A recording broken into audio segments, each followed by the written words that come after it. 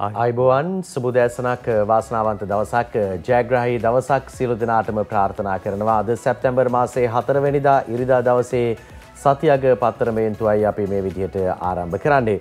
අපි හැමදාම තොරතුරු ආරම්භයේදීම අර්බුද ඒ වගේම ප්‍රශ්න ගැටලු මේ ආදී දේවල් පිළිබඳව කතා බහ කරන්නේ. අද දවසේ එහෙම නෙමෙයි අපිට ජයග්‍රහී ආරම්භයක් ලබා ගන්න පුළුවන් විශේෂයෙන්ම ශ්‍රී ලාංකීය ක්‍රීඩා ලෝලිනිය දවසේදී සතුටු වුණා. ජයග්‍රහී බලාපොරොත්තුවක් තියාගත්තා. ශ්‍රී ලංකා කණ්ඩායම ආසියානු කුසලානයේදී සුපිරි වටේ පළමු තරඟයට ඊයේ දවසේදී මුහුණ දුන්නා. ඒ පළමු තරඟයේ විශිෂ්ට ආකාරයෙන් ඊයේ දවසේදී ශ්‍රී ලංකා කණ්ඩායම ජයග්‍රහණය ලබා ගන්නවා ඇෆ්ගනිස්තාන කණ්ඩායම පරාජයට පත් කරමින්. ඒ අනුව දැන් ශ්‍රී ලංකා කණ්ඩායම සුපිරි වටේ ඉදිරියෙන් සිටින කණ්ඩායම බවට පත් වී තිබෙනවා. ශ්‍රී ලංකා කණ්ඩායම ඇෆ්ගනිස්තාන කණ්ඩායම පාකිස්තානය සහ ඉන්දියාව සුපිරි වටේට තේරීපත් වුණේ. ආරම්භක තරඟය තමයි ඊයේ පැවැත්වුණේ ඇෆ්ගනිස්තාන කණ්ඩායමත් එක්ක. අපි මේ තරඟය පිළිබඳව නඩිත් සුබදෑසනක්. සුබදෑසනක් සමීර වාසනාවන්ත ජයග්‍රහී දවසක්. ජයග්‍රහී මානසිකත්වයකින් අපි මේ දවසේ වැඩසටහන ආරම්භ කළේ. වැඩසටහන අවසන් කළේ ජයග්‍රහී මානසිකත්වයකින්. ඊයේ දවසත් බොහොම ජයග්‍රහී අපේ රටට ජයග්‍රහණය උදා වුණු දවසක් විදිහට ඊයේ දවස හඳුන්වන්න පුළුවන්. අද දවසත් බොහොම ජයග්‍රහීව ගත කරන්න ඔබට ලැබෙන්න කියලා අපි ප්‍රාර්ථනා කරනවා. දැන් මැච් එක බොහොම උණුසුම් ඊයේ දවසේ. ඔව් නරිත් දැන් අපි ඊයේ දවසේ දැක්කා ශ්‍රී ලාංකීය ක්‍රීඩා ලෝලීන් බලාගෙන හිටියා. දසුන් ශානක කාසී වාසිය දිනාගෙන මුලින්ම පන්දුර පහර දීමේ අවස්ථාව ඇෆ්ගනිස්තාන කණ්ඩායමට ලබා දුන්නා. ඒ අනුව ඇෆ්ගනිස්තාන කණ්ඩායම ඊයේ දවසේදී මුලින් පන්දුර පහර දීලා පන්දුවාර 20 අවසානයේදී කඩලු 6ක් දැවී ලකුණු 175ක් ලබා ගන්නවා. ඔවුන්ගේ ඉනිම හමාර කරන්නේ කඩලු 6කුත් දැවී ගොස් ලකුණු 175ක් කණ්ඩායමට එකතු කරමින්. නමුත් ඒ තරගයේදී අපි දැක්කා විශිෂ්ට ඉනිමක් ක්‍රීඩා කරන ඇෆ්ගනිස්තාන කණ්ඩායම වෙනුවෙන් ඔවුන්ගේ ආරම්භක පිතිකරු යුගලේ අතරේ ගුර්බාස් තාමත්ම හොඳින් පන්දුවර පහර දුන්නා. ශ්‍රී ලාංකේය පන්දු යවන්නන් හමුවේ ලකුණු 84ක් ලබා ගන්නවා ඊයේ දවසේදී. අපි දැක්කේ අනුව ශ්‍රී ලාංකේය කණ්ඩායමට අභියෝගාත්මක පිති ප්‍රහාරයක් එල්ල කළේ ගුර්බාස් ලකුණු 84ක් ලබා ගැනීමෙන්. පන්දු යැවීමේදී අපි දැක්කා මහිස් තීක්ෂණ කඩලු එකක් බිඳ හෙලා ගන්නවා. ඒ වගේම අසිත ප්‍රනාන්දු එක් කඩුල්ලයි දිල්ෂාන් මදුශංක කඩලු දෙකක් ලබා ගත්තා. පන්දු යැවීමේදී වනිදු හසරංග චාමික කරුණාරත්න සහ දසුන් ශානක පන්දු යවුවා. නමුත් කඩලු දවා ගැනීමට හැකියාවක් ලැබෙන්නේ නැහැ. අවසානයේ කෙසේ නමුත් පන්දු අර 20 අවසානයේදී ලකුණු 175ක් ලබා ගන්නවා. ලොකු අභියෝගයක් නඩිතිය දවසේදී ශ්‍රී ලංකා කණ්ඩායමට ලබා දුන් ලකුණු 175ක් ලබා ගැනීම. නමුත් පිළිතුරින් ආරම්භ කරන්න ක්‍රීඩා පිටියට අවතීර්ණ වුණු ශ්‍රී ලංකා කණ්ඩායමේ පන්දුර පහර දෙන ක්‍රීඩකයන් අතරේ ආරම්භක පිතිකරු යුගලයේ පැතුම් නිශ්ශංක කුසල් මෙන්ඩිස් විශිෂ්ට ආරම්භයක් ශ්‍රී ලංකා කණ්ඩායමට ලබා දෙනවා. ඒ අනුව අපි දැක්කා ඊයේ දවසේදී පැතුම් නිශ්ශංක තමන්ගේ වාගකීම ඉටු කරමින් ලකුණු 35ක් ලබා ගන්නවා. පන්දු 28ක් වැය කරා. 4 පහර 3ක් සහ 1 පහරක් ලබා ගැනීමෙන් ලකුණු 35ක් ලබා ගැනීමට සමත් වුණා. ඒ වගේම කුසල් මෙන්ඩිස් දැන් යලි සාර්ථක වී තිබෙනවා. කණ්ඩායමට අවශ්‍යම මොහොතේදී කුසල් මෙන්ඩිස් සාර්ථක වෙනවා. ලකුණු 36ක් ලබා ගන්නවා. පන්දු 19කදී 4 පහර 2ක් සහ 6 පහර 3ක් ඔහු එල්ල කරනවා. තමන්ගේ ඉනිමට ලකුණු 36 ලබා ගැනීම සඳහා චරිත් අසලංක මේ තරඟ තුනේදීම සාර්ථක වන්නේ නැහැ. ඊයේ දවසේදීත් ලකුණු 8ක් පමණයි චරිත් අසලංකට ලබා ගැනීමට හැකියාව ලැබෙන්නේ. පසුගිය තරඟ දෙකෙත් සාර්ථක වුණේ නැහැ. පළමු තරඟයේදී ලකුණු ලබා ගත්තේ නැහැ. දෙවෙනි තරඟයේදීත් ලකුණු ලබා ගැනීමට හැකියාවක් ලැබෙන්නේ නැහැ. තුන්වෙනි තරඟයේ ඔහු ඊයේ ක්‍රීඩා කළේ ලකුණු 8ක් පමණයි ලබා ගැනීමට හැකියාව ලැබුණේ. අපි දැක්කා ධනුෂ්ක ගුණතිලක හොඳ ආරම්භයක් ලබා ගන්නවා. ලකුණු 33ක් ලබා ගත්තා. පන්දු 20කදී 4 පාර 2ක් සහ 6 පාර 2ක් ඔහුගේ ඉනිම අලංකාර කරා. ඒ වගේම දසුන් ශානක කණ්ඩායමේ නායකයාට ඊයේ දවසේදී ලබා ගැනීමට හැකියාව ලැබුණේ ලකුණු 10ක් පමණයි. ඒ වගේම ඊයේ දවසේ කැපී පෙනෙන ඉනිම ක්‍රීඩා කළේ බානුක රාජපක්ෂ. තරගය එක් අවස්ථාවකදී නජිත් යම් ආකාරයකට ඇෆ්ගනිස්තාන කණ්ඩායමට වැඩි වාසි ගෙන දෙන අවස්ථාවකදී බානුක ක්‍රීඩා පිටියට අවතීර්ණ වන්නේ ලකුණු 31ක් ලබා ගන්නේ. පන්දු 14කදී ලකුණු 31ක් ලබා ගන්නවා. 4 පාර 4ක් සහ 6 පාර 1ක් සමගින්. ඒ අනුව බානුක තමයි තරගයේ වෙනස් කරපු ක්‍රීඩකයා බවට පත් වුණේ. විශිෂ්ට ඉනිමක් වේගවත් ඉනිමක් ක්‍රීඩා කරනු ලැබුවේ ලකුණු 31ක් ලබා ගන්නේ. වනිදු හසරංග ලකුණු 16ක් ලබා ගත්තා. චාමික කරුණාරත්න ලකුණු 5ක් ලබා ගත්තා. අතිරේක ලකුණු 5කුත් සමගින් ශ්‍රී ලංකා කණ්ඩායම ලකුණු 179ක් ලබා ගන්නවා. කඩලු 6ක් පමණක් දැවී තිබේදී ඒ අනුව ශ්‍රී ලංකා කණ්ඩායම ජයග්‍රහී මාවත විවර කරගන්නවා. දැන් ශ්‍රී ලංකා කණ්ඩායම මේ තරඟාවලියේ ඉදිරියෙන්ම සිටින කණ්ඩායම සුපිරි වටේ පළමු තරඟයේ ජයග්‍රහණයත් එක්ක ඒ අනුව ශ්‍රී ලංකා කණ්ඩායමේ ක්‍රීඩා ලෝලින් ඒ වගේම ශ්‍රී ලංකා කණ්ඩායම සතුටු වෙනවා නජිත්. ඉතින් අපිත් සතුටු වෙනවා මොකද වසන්තම් ටීවී ස්වාධීන රූපවාහිනී මාධ්‍ය ජාලයයි නිල විකාශන අයිතිය ලබා ගත්තේ. ඒ අනුව ඊයේ දවසේදී වසන්තම් ටීවී නැරඹු ප්‍රේක්ෂකයන් විශාල පිරිසක් අමන්දානන්දයට පත් වුණා මේ තරඟ ජයග්‍රහණයත් එක්ක. ඒ සුබ පැතුම් ශ්‍රී ලංකා කණ්ඩායමට පිරිනමමින් අද තරගය පිළිබඳවත් මතක් කරන්න ඕනේ. අද ඉන්දියානු කණ්ඩායම සහ පාකිස්තාන කණ්ඩායම අතර තවත් තරගයක් පැවැත්වෙනවා. මේ තාමත්ම තීරණාත්මක තරගයක් කණ්ඩායම් දෙකම එකසේ සමානව සිටින මේ අවස්ථාවේ ඉන්දියාව සහ පාකිස්තානය අතර තරගයක් අද පැවැත්වෙනවා.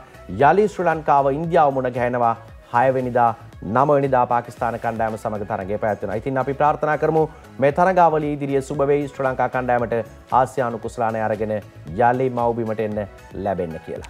අපි බලාපොරොත්තු සහගතව වෙමු. බලාපොරොත්තු තියාගෙන ජීවිතේ ජය ගන්නවා වගේම අපේ රටත් ඉස්සරහට ගිහිල්ලා අපේ ක්‍රිකට් කණ්ඩායමත් ඉස්සරහට ගිහිල්ලා ලෝකෙ ඉස්සරහා මේ බොහොම හොඳ තැනකට යන්න අපේ කට්ටියට හැකියාව ලැබෙන්න කියලා ප්‍රාර්ථනා කරනවා. මේ සමීර අපි හැමදාම සෙනසුරාදා ඉරිදා දවස්වල අලුත් පොත් ගැන අපේ ප්‍රේක්ෂකයන්ට කියනවා. අදත් ටිකක් වෙනස් පොතක් අපි තෝරගත්තේ. වෙනස් කිව්වට ශානිකා අපිට හුරු පුරුදු කෙනෙක්. ශානිකා නිතරම අපිට පොත් දෙවනවා. ඒ හින්දාම අපි තෝරගත්ත ස්නේහවස්සානේ මේ ශානිකා රචනා කරපු 4 වෙනි පොත කියලා තමයි ශානිකා සඳහන් කරන්නේ. ස්නේහවස්සානේ බොහොම ආදරණීය නවකතාවක්. ඔබට පිටකවරින්ම මේ ආදරණීය බවත් තේරෙනවා ඇති, දැනෙනවා ඇති, හැඟෙනවා ඇති. ශානිකා ලියපු මේ පොත මේ ආදරයට ආදරය කරන, ආදරයට ඇලුම් කරන බොහෝ දෙනෙක්ට බොහොම වටින පොතක් නවකතාවක් විදිහට තමයි මේක එළි දකින්නේ. ශානිකා මේ විදිහට පිදුම සටහන් කරනවා හුස්ම දී ජීවිතයේදී හදවතින්ම මා දරාගෙන ඉන්න ආදරණීය අම්මාටත් තාත්තාටත් පුද දෙමි හදවතින් කියලා. ස්නේහවස්සානේ පොතක පිටු අතරේ පාට වෙන මගේ හීනකුන්නේ 4 වෙනි හීනේ කියලා ශානිකා කියනවා. පළමු මුද්‍රිත නවකතාවේදී සේම 4 වෙනි නවකතාවත් පොතක් ලෙස නිකුත් වීමේදී දැනෙන සතුටේ ලෙසමයි. කඩදාසි සුවඳට තීන්ත සුවඳ එකතු වෙන ඒ පොසුබ අස්සේ මගේම අකුරු හැඩවෙද්දී දැනෙන හැඟීම මහ පුදුමාකාරයි. ඒ හැඟීමට අප්‍රමාණ වටිනාකමක් ලබා දෙන ආදරණීය පාඨක ඔබ මාලද අමිලම වස්තුවයි කියලා ශානිකා ඒ විදිහට මේ පොතේ පෙරවදන ලියනවා. බොහොම අපූර්වට මේ පොත පුරාවටම අපි කියවුවහමත් අපිට දැනුනේ හැඟුණේ ආදරය, ආදරණීය සිතුම් පැතුම් හැඟීම් මේ සියල්ලට පොත විවර වෙලා තියෙනවා. අපි ඔබට ආරාධනා කරනවා ශානිකා ජයසූරිය රචනා කරපු ස්නේහවස්සානේ මේ පොත අරගෙන කියවන්න. අපි ඔබට කියවන්න නිර්දේශ කරන තවත් හොඳ පොතක් විදිහට මේ පොත අපිට හඳුන්වන්න පුළුවන් ස්නේහවස්සානේ. ශානිකා වගේම අනෙක් අයටත් අපි ආරාධනා කරනවා අපිට පොත් දෙවන්න. පද්‍ය සංග්‍රහ, ගද්‍ය සංග්‍රහ, ඒ අතරදී නවකතා, කෙටි කතා, පරිවර්තන කෘති මේ සියල්ලටම අවස්ථාව විවෘතයි. මේ සතියක පත්තරමෙන්තුවෙන් අපි අවස්ථාව ඔබට ලබා දීලා තියෙනවා. ඔබ පොතක් ලියපු කතුවරයක් නම් අපිට ඒ පොත එවන්න අපි කියන්න සූදානම් රටට. අපි සූදානම් අද දවසේ ජාතික පුවත්පත්වල තොරතුරු බලන්න. ඊයේ දවස් ටිකක් කලින් කිව්වා වගේම උණුසුම් දවසක් බවට පත් වුණා. ඊයේ උදෑසන කාලෙදී අපි ඔබට සඳහන් කරපු කාරණාව හිටපු ජනාධිපතිවරයා දෙවියනට පැමිණීම පිළිබඳව ඊයේ දවසේ ජාතික මාධ්‍ය සියල්ලම ප්‍රධාන පුවත බවට වාර්තා කරනවා. අද දවසෙත් ඉරිදා දවසේ ජාතික පුවත්පත් ඇතැම් පුවත්පත් මුද්‍රණය වී හමාර වෙලා තිබ්බේ පසුගිය සිකුරාදා දවසේ ඉඳන්. කෙසේ වෙතත් පුවත්පත් කිහිපයක් හිටපු ජනාධිපතිවරයා පිළිබඳ තොරතුරු වාර්තා කරනවා. අපි සූදානම් එතනින් පටන් ගන්න අද සිළුමිණ පුවත්පතෙන්. ඔව් නජිත් ඔබ සඳහන් කළ ආකාරයටම ඊයේ දවසේදී දේශපාලන ලෝකයේ උණුසුම් වූ මාතෘකාව බවට පත් වුණේ හිටපු ජනාධිපතිවරයා යලි මව්බිමට පැමිණීම පිළිබඳව සිළුමිණ ඉහළින්ම වාර්තා කරන සිරස්තලයක් අනුසිරස්තලයක් හැටියට ගේනවා. හිටපු ජනපති යලි මව්බිමට කියන සිරස්තලයත් එක්කයි වාර්තා කර තිබෙන්නේ. ශ්‍රී ලංකාවේ 8 වෙනි විධායක ජනාධිපති ගෝඨාභය රාජපක්ෂ මහතා සැප්තැම්බර් 2 වන සිකුරාදා රාත්‍රී 11:30ට යලි ශ්‍රී ලංකාවට පැමිණියේ කියලා සටහන් කරනවා. කටුනායකට පැමිණි හිටපු ජනාධිපති ගෝඨාභය රාජපක්ෂ මහතා ශ්‍රී ලංකා පොදු ජන පෙරමුණේ පාර්ලිමේන්තු මන්ත්‍රීවරුන් විශාල පිරිසක් විසින් ගුවන්තොටුපළ පරිශ්‍රයේදී උණුසුම් ලෙස පිළිගන්නා ලදී. රට තුළ පැවති නොසන්සුන්කාරී වාතාවරණය හමුවේ ජනාධිපති පදවියෙන් 2022 වසරේ ජුලි 14 වෙනිදා හෙතෙම සිය තනතුරෙන් ඉල්ලා අස්විය. ඔහු ජනාධිපති තනතුරේ 2019 වසරේ නොවැම්බර් 18 වෙනිදා සිට වසර 2.5කට අධික කාලයක් කටයුතු කරා කියලා තමයි තොරතුරු වාර්තා කර තිබෙන්නේ. ඉතින් පැවති තත්ත්වයක් එක්ක හිටපු ජනාධිපතිවරයා Tamanගේ ධුරයෙන් ඉල්ලා අස්වෙනවා අපි දැක්කා. ඉතින් මාධ්‍ය දිගින් දිගටම මේ අරගලයත් එක්ක මේ පිළිබඳව කතා බහ කරා. ජනාධිපතිවරයා හිටපු ජනාධිපතිවරයා රටින් ගියාට පස්සේ කොයි රටේද ඉන්නේ, එතුමා යලි ලංකාවට එන්නේ කවද්ද, ආයි අපේ රටට එනවද, ආයි දේශපාලන භූමියට අවතීර්ණ වෙනවද, දේශපාලනය කරනවද, මේ ආදී විවිධ තොරතුරු කතා බහට ලක් වෙනවා මේ දිනවල සමාජ මාධ්‍ය ජාලවල දේශපාලන වේදිකාව තුළ දේශපාලඥයන් යලි ගෝඨාභය මහත්මයා දේශපාලනයට එයිද නැද්ද මේ ආදී කතාත් එක්ක තමයි සුළුමින වාර්තා කර තිබුණේ සිකුරාදා ලංකාවට පැමිණි කාරණය අද ප්‍රධාන සිරස්තලයක් හැටියට. අතරදී හිටපු ජනාධිපතිවරයා සම්බන්ධව අද දවසේ ජාතික පුවත්පත් විවිධ තොරතුරු වාර්තා කරනවා විවිධ තැන්වලදී කියවුණු දේවල් විවිධ අය කරපු ප්‍රකාශ මේ සියල්ලටම අවධානය යොමු කරන්න ඕනේ. ඊට කලින් අපි සූදානම් ඊයේ දවසේ අපේ ප්‍රවෘත්ති වාර්තාව දකින්න හිටපු ජනාධිපතිවරයාගේ දිවයිනට පැමිණීම පිළිබඳ. ගාල මෝදර අරගලය මෙන්ම තවත් ස්ථාන කිහිපයක ඇති වූ අරගල හමුවේ එවක කොටුව ජනාධිපති මන්දිරයේ සිටි ගෝඨාභය රාජපක්ෂ මහතා පසුගිය ජූලි මාස 13 වනදා මාලදිවයින බලා පිටත්ව ගියා. ඒ අරගලය වඩාත් උත්සන්න වීමත් සමගයි. ගුවන් හමුදාවට අයත් යානයකින් ගෝඨාභය රාජපක්ෂ මහතා මෙන්ම එම මහත්මිය සහ ආරක්ෂක නිලධාරීන් දෙදෙනෙකු මෙසේ මාලදිවයින බලා පිටත්ව ගියා. ඊට පසුදිනම මෙම පිරිස සෞදි ගුවන් සේවයට අයත් යානයකින් සිංගප්පූරුවට ගමන් කළා. මේ අතර හිටපු ජනාධිපතිවරයා සිංගප්පූරුවට පැමිණීමෙන් පසු ජනාධිපති දුරෙන් ඉල්ලා අස්වන බවට වන ලිපිය මෙරටට යොමු කළා. එම ලිපිය කතානායක මහින්දයාපා අබේවර්ධන මහතා ජූලි මාස 15 වනදා නිල වශයෙන් පිළිගත්තා. දින 14ක තාවකාලික සංචාරක වීසා ලබා ගනිමිනුයි ගෝඨාභය රාජපක්ෂ මහතා සිංගප්පූරුවට ගමන් කර ඇත්තේ. අනතුරුව තවත් දින 14කට වීසා දීර්ඝ කර ගනිමින් ගෝඨාභය රාජපක්ෂ මහතා දින 28ක කාලයක් සිංගප්පූරුවේ රැඳී සිටියා.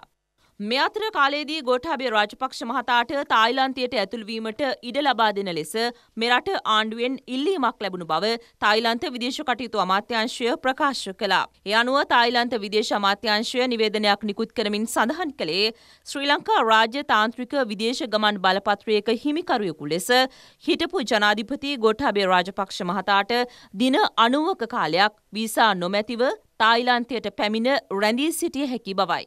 ඒ තායිලන්තයේ සහ ශ්‍රී ලංකාව අතර වීසා නිදහස් කිරීම පිළිබඳ ඇති කරගත් ගිවිසුමට අනුවයි. මෙවැනි වටපිටාවක් තුළ ගෝඨාභය රාජපක්ෂ මහතා සහ එම මහත්මිය පසුගිය මාස 11 වනදා තායිලන්තයට ගමන් කළා. දින 22ක කාලයක් ගෝඨාභය රාජපක්ෂ මහතා සහ එම මහත්මිය එරට රැඳී සිටියා. එහි රැඳී සිටි රාජපක්ෂ මහතා සහ මහත්මිය ඊයේ මධ්‍යම රාත්‍රියේදී සිංගප්පූරු ගුවන් සේවයට අයත් SQ468 දරන යානයෙන් කටුනායක බණ්ඩාරනායක ජාත්‍යන්තර ගුවන් තොටුපළෙන් දිවයිනට පැමිණියා.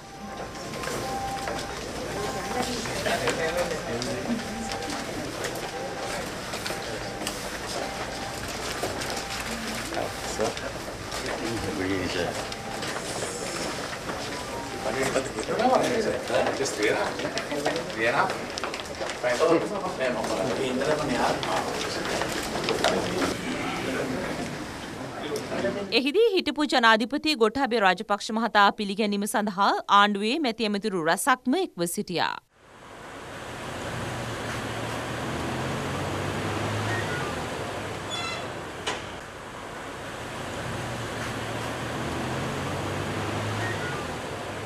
දිවයිනට පැමිණීමෙන් පසු ඒ මහතා ගමන් කළේ කොළඹ 7 මලලසේකර මාවතේ පිහිටි රජයේ නිල නිවසකටයි. ඒ ඊයේ රාත්‍රී 12:50ට පමණයි.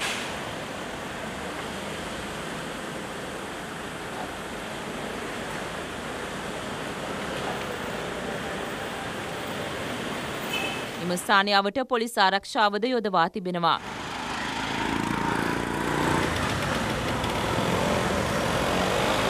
රටේ හිටපු ශ්‍රේෂ්ඨ නායකයෙක් ඉඳලා ඉතින් දුක සැප හොයලා බලලා යන්න ආවා. එතුමා බොහොම සැපේ කරදරයක් නැතුව ඉන්නවා. එතුමා ඉදිරියේදී දේශපාලනට එනවද මොනවද ඒ ගැන සාකච්ඡා කරාද? නෑ එහෙම මුකුත් කතා කරේ නෑ. ඉතින් සාමාන්‍ය තොරතුරු විතරයි කතා කරේ. ඉතින් ගෝඨාභය රාජපක්ෂ මහතා මෙරටට පැමිණීම සම්බන්ධයෙන් විවිධ අදහස් පළවනවා. ඇත්තම ගෝඨාභය රාජපක්ෂ මහත්මයා ශ්‍රී ලංකාවේ පුරවැසියෙක්. එතුමාගේ මූලික අයිතිවාසිකමක් තමයි තමන් කැමති ඕන මොහොතක ශ්‍රී ලංකාවට පැමිණීමේ අයිතිය. එතුමාගෙන් කවුරු හරි අයිතිය උදුර ගන්න හදනවන එක වැරදි. එතුමාට ශ්‍රී ලංකාවට පැමිණෙන්න විතරක් නෙවෙයි ශ්‍රී ලංකාවේ තමන් කැමති තැනක ජීවත් වීමේ අයිතියක් තියෙනවා. ඒ අයිතිය සුරක්ෂිත කිරීම ආණ්ඩුවේ යුතුයකමක්. අපිට ප්‍රශ්නයක් නැහැ හිටපු ජනාධිපති ගෝඨාභය රාජපක්ෂ මහත්තයා ලංකාවට ආවට. හැබැයි අපිට ප්‍රශ්නයක් තියෙනවා. ඒ තමයි හැබැයි එතුමා දැන් හිටපු ජනාධිපතිවරයා විදියට ආණ්ඩුවෙන් ලබා දීලා තියෙන නිල නිවසකට තමයි ඇවිල්ලා තියෙන්නේ. ඉතින් මන් දන්නේ නැහැ එතුමාට හිටපු ජනාධිපතිවරයෙකුගේ පහසුකම් දෙන්න පුළුවන්ද කියන ඒ කාරණේ අපිට ප්‍රශ්නාර්ථයක්. කොහොමදත් එතුමා හිටපු ජනාධිපතිවරයෙක් හැටියට එතුමාටත් යම් කිසි වරප්‍රසාද තියෙනවා. ඒ වරප්‍රසාද එතුමාට භුක්ති විඳින්නට අයිතියක් තියෙනවා. ඒ ගැන මම හිතන්නේ වත්මන් ජනාධිපතිතුමාත් කැබිනටුවත් සමග සාකච්ඡා කරලා මම හිතන්නේ ඉදිරියට තීරණයක් ගනී. එතමයි ඊයේ රාත්‍රියේ අපි විකාශය කරපු ප්‍රවෘත්ති සටහන හිටපු ජනාධිපතිවරයාගේ පැමිණීම පිළිබඳව. දැන් මේ පැමිණීම පිළිබඳව වගේම ගෝඨාභය රාජපක්ෂ හිටපු ජනාධිපතිවරයා පිළිබඳව විවිධ අදහස් පළ වෙනවා. එතුමාගේ පවුලේ ඥාතීෙකු උදයන්ග වීරතුංග මහත්මයා එතුමා කියන කතාවක් අද ලංකාදීපේ කියනවා. දේශපාලනයේ කිසිම තැනකට ආයේ ගෝඨාභයව ගේන්න එපා කියලා උදයන්ග වීරතුංග මහත්තයා කියලා තියෙනවා. එතුමා රාජපක්ෂ පවුලේ ඥාතීෙකුවත් ගෝඨාභයට දොස් කියන්නේ ඇයි කියලා තමයි මේ ප්‍රශ්න මේ සටහන ලියන්න ආරම්භ වෙන්නේ. දේශපාලනයේ කිසිම තැනකට ආයේ ගෝඨාභයව ගේන්න එපා. යුක්‍රේනයේ හිටපු ශ්‍රී ලංකා තානාපති උදයන්ග වීරතුංග මහත්මයා මේ ගැන කියන්නේ. හරි උපදෙස් ඇහුවා නම් ගෝඨාභයට ඔහොම වෙන්නේ නැහැ. ඔව් මම මහින්ද රාජපක්ෂගේ පුංචි අම්මගේ පුතා කියලා උදයන්ග වීරතුංග මහත්තයා කියලා තිබ්බා. ඒ අතරදී විශේෂයෙන්ම ඔහු දේශපාලන බුද්ධියක් නැති පුද්ගලෙක්. මට ටික කාලයකට ලංකාවට එන්න එපා කියලා අභ්‍යන්තර කටයුතු ඇමති ජෝන් අමරතුංග කිව්වා. ගෝඨාභය බැසිල්ට කරපුවා මහින්දයට කරපුවටත් වඩා අසාධාරණයි කියලා උදයන්ග වීරතුංග මහත්මයා බොහොම කනගාටුවෙන් හිතේ තියෙන වේදනාවෙන් එතුමා ඉතින් මේ දේවල් කියලා තියෙන ආයි නම් දේශපාලනයේ කිසිම තැනකට හිටපු ජනාධිපතිවරයා ගේන්න එපා කියලා. අර එතුමයි කාලෙදී නඩු වලින් එතුමව නිදහස් කරේ නැහැ කියලාත් පොඩි චෝදනාවක් තිබ්බ පහුගිය දවස්වල. ඒ කොහොමුණත් ඉතින් ඒ වගේ කතාවක් කියලා තියෙනවා. ඔය අතරදී අද දවසේ අනෙකුත් ජාතික පුවත්පත් තොරතුරු වාර්තා කරනවා. අපි යනවා අරුණ පුවත්පතට. අරුණ පුවත්පතේ තියෙනවා විමල් වීරවංශ හිටපු අමාත්‍යවරයා දැන් වත්මන් පාර්ලිමේන්තු මන්ත්‍රීවරයා කියන කතාවක්. එතුමා කියනවා ගෝඨාභය ඇමරිකාවට බය වුණා කියලා. වෙනම සටහනක් විදිහට අද දවසේ ලියවෙන අරුණ පුවත්පතේ දේශපාලන න්‍යාය පත්‍රයක් ක්‍රියාත්මක කරන නිසා ඇමරිකානු තානාපතිනියට මේ ආරාධනා කරන්න බලාපොරොත්තු නැහැ කියලා කියන මේ සභාවේ පිහිටුවන අවස්ථාවට විශේෂයෙන්ම ඇමරිකානු තානාපතිනියට එන්න කියන්නේ නැහැ කියලාත් විමල් වීරවංශ මහත්තයා කියලා තියෙනවා. ගෝඨාභය ගැන අපි හිතුව තක්සේරුව වැරදුනා. ඒ අතරදී පොහොට්ටුවත් එක්ක දීගී ඉවරයි. මතුවට දී කියන්නේ නැහැ. ගෝඨාභය ඇමරිකාවට බය වුණා. මේ විවිධ අදහස් පළ කරමින් විමල් වීරවංශ මන්ත්‍රීතුමා කියන කතාව අද දවසේ අරුණ පුවත්පතේ ඇතුල් පිටුවේ සටහන් වෙනවා. ඒ අතරදී විශේෂයෙන්ම හිටපු ජනාධිපතිවරයා මානසිකව සිරකරුවෙක් වෙලා හිටියා කියලා ඔබ කිව්වේ මොන අදහසකින්ද කියලා මේ අහනවා. විශේෂයෙන්ම මේ පවුලේ බැඳීම් එක්ක ඒ තියෙන බලපෑමත් එක්ක කටයුතු කරන්න එතුමට සිද්ධ වුණා කියලා විමල් වීරවංශ මහත්තයා කියනවා. ඒ අතරදී දැන් අලුත් දේශපාලන මතවාදය පිළිබඳව විශේෂයෙන් ප්‍රශ්න කරන අතරදී අතුරු අයවැය ගැන විමල් වීරවංශ මහත්තයාගෙන් ඇහුවාම එතුමා කියලා තියෙනවා දැඩි සත්කාරීන ආර්ථිකයකට පැරසිටමෝල් පොවලා බඩට අතින් යන්න වගේ එකක් ඒ කතාව. ඒ අතරදී දැඩි සත්කාරයේ ඉන්න කෙනාගේ ප්‍රශ්නේ පැරසිටමෝල් වලින් විසඳන්න බෑ. එතන තියෙනවා මේ අර්බුදයේ ගැඹුර. ඒක විසඳන්න පුළුවන් විදිහේ මැදිහත්වීමක් ඒ අයවැයෙන් පේන්නේ නැහැ. සාම්ප්‍රදායික අයවැය කතාවක් කියලා විමල් වීරවංශ මහත්තයා අයවැය ගැනත් අවස්ථාවේදී කියලා තියෙනවා. ඒ අතරදී අපි යනවා ලංකාදීප පුවත්පතට. ලංකාදීප පුවත්පතේ විශේෂාංග ලිපියක් ලියවෙනවා මේ හිටපු ජනාධිපතිවරුන්ට. දැන් අපි දැක්කා මේ හඬපටවලත් විශේෂයෙන්ම ඊයේ දවසේ බොහෝ දෙනෙක් පළ කරපු අදහස් තුලත් ගැබ් වෙලා හිටියා. ගෝඨාභය රාජපක්ෂ මහත්මයා දැන් හිටපු ජනාධිපතිවරයෙක්ද? එතුමා ඒ ලැබෙන්න ඕන පහසුකම් එතුමාට ලැබෙනවද? අපි දන්නවා හිටපු ජනාධිපතිවරයෙක්ට ලැබෙන වරප්‍රසාද තියෙනවා. මේ දේවල් ලැබෙනවද? ඒක ප්‍රශ්නයක් තවමත්. කෙසේ වෙතත් එතුමාට රජයේ නිල නිවසක් ලබා දෙන්නට කටයුතු කරලා තියෙනවා. අද ලංකාදීපේ කියනවා විශ්‍රාම ගියත් වරප්‍රසාද මත ජීවත් වෙන හිටපු ජනාධිපතිවරු කියලා විශේෂාංගයක් ලියවෙනවා. දිවයින වගේම මේ ලංකාදීප පුවත්පතේ මේ විශේෂාංගය ලියවෙන්නේ තනතුරට ගෞරවයක් දෙන්න තමයි වරප්‍රසාද දෙන්නේ කියලා තියෙනවා. මුලින්ම වරප්‍රසාද වැඩි කරගත්තේ ජනාධිපතිනි චන්ද්‍රිකා මහින්ද රාජපක්ෂ මහත්තයා ජනාධිපති විශ්‍රාම වැටුප ගන්න ගමන් අගමැති වරප්‍රසාද භුක්ති විඳා. ඒ අතරේ හිටපු ජනපති වරප්‍රසාද පනත් උල්ලංඝනය කරමින් මෛත්‍රීපාල ජනපතිත් වරප්‍රසාද වැඩි කරගත්තා. සෙනරත් ඉදිරිව චන්ද්‍රිකා බණ්ඩාරනායක නඩු තීන්දුවටත් පටහැනිව මෛත්‍රීපාල මහතා ක්‍රියා කළ බවට මතයකුත් තියෙනවා කියලා තියෙනවා. ඒ අතරේදී ගෝඨාභය රාජපක්ෂ මහත්තයාට වරප්‍රසාද හිමිද නැද්ද කියලා මත දෙකක් තියෙනවා කියලා තියෙනවා. ඒ අතරේ ජනාධිපති ජේ.ආර්. ජයවර්ධන ඩී.බී. විජේතුංග ජනාධිපතිවරුන් වරප්‍රසාද නොගෙන රටට ආදර්ශයක් දුන්නා කියලා තියෙනවා. ජනාධිපති ප්‍රේමදාස මහතාට හිමි වරප්‍රසාද හේමා ප්‍රේමදාස මහත්මියට හිමි කියලත් අද මේ විදිහට ලංකාදීප පුවත්පතේ මේ විශේෂාංග ලිපිය ලියවෙනවා. ඉතිහාසයේ ඉඳන්ම කොහොමද විශේෂම ජනාධිපතිවරයෙක්ට මේ ලැබෙන්න ඕන පහසුකම් පිළිබඳව මුලින්ම අදහස ආවේ. ඒ අතරේදී දැන් මේ වෙනකොට වරප්‍රසාද භුක්ති විඳිනු ජීවත් වෙන ජනාධිපතිවරු 4 දෙනෙක් ඉන්නවා. ඉතින් එයාලට අවශ්‍ය කටයුතු කොයි ආකාරයෙන්ද රජයේ මැදිහත්වීමෙන් සිද්ධ කරන්නේ?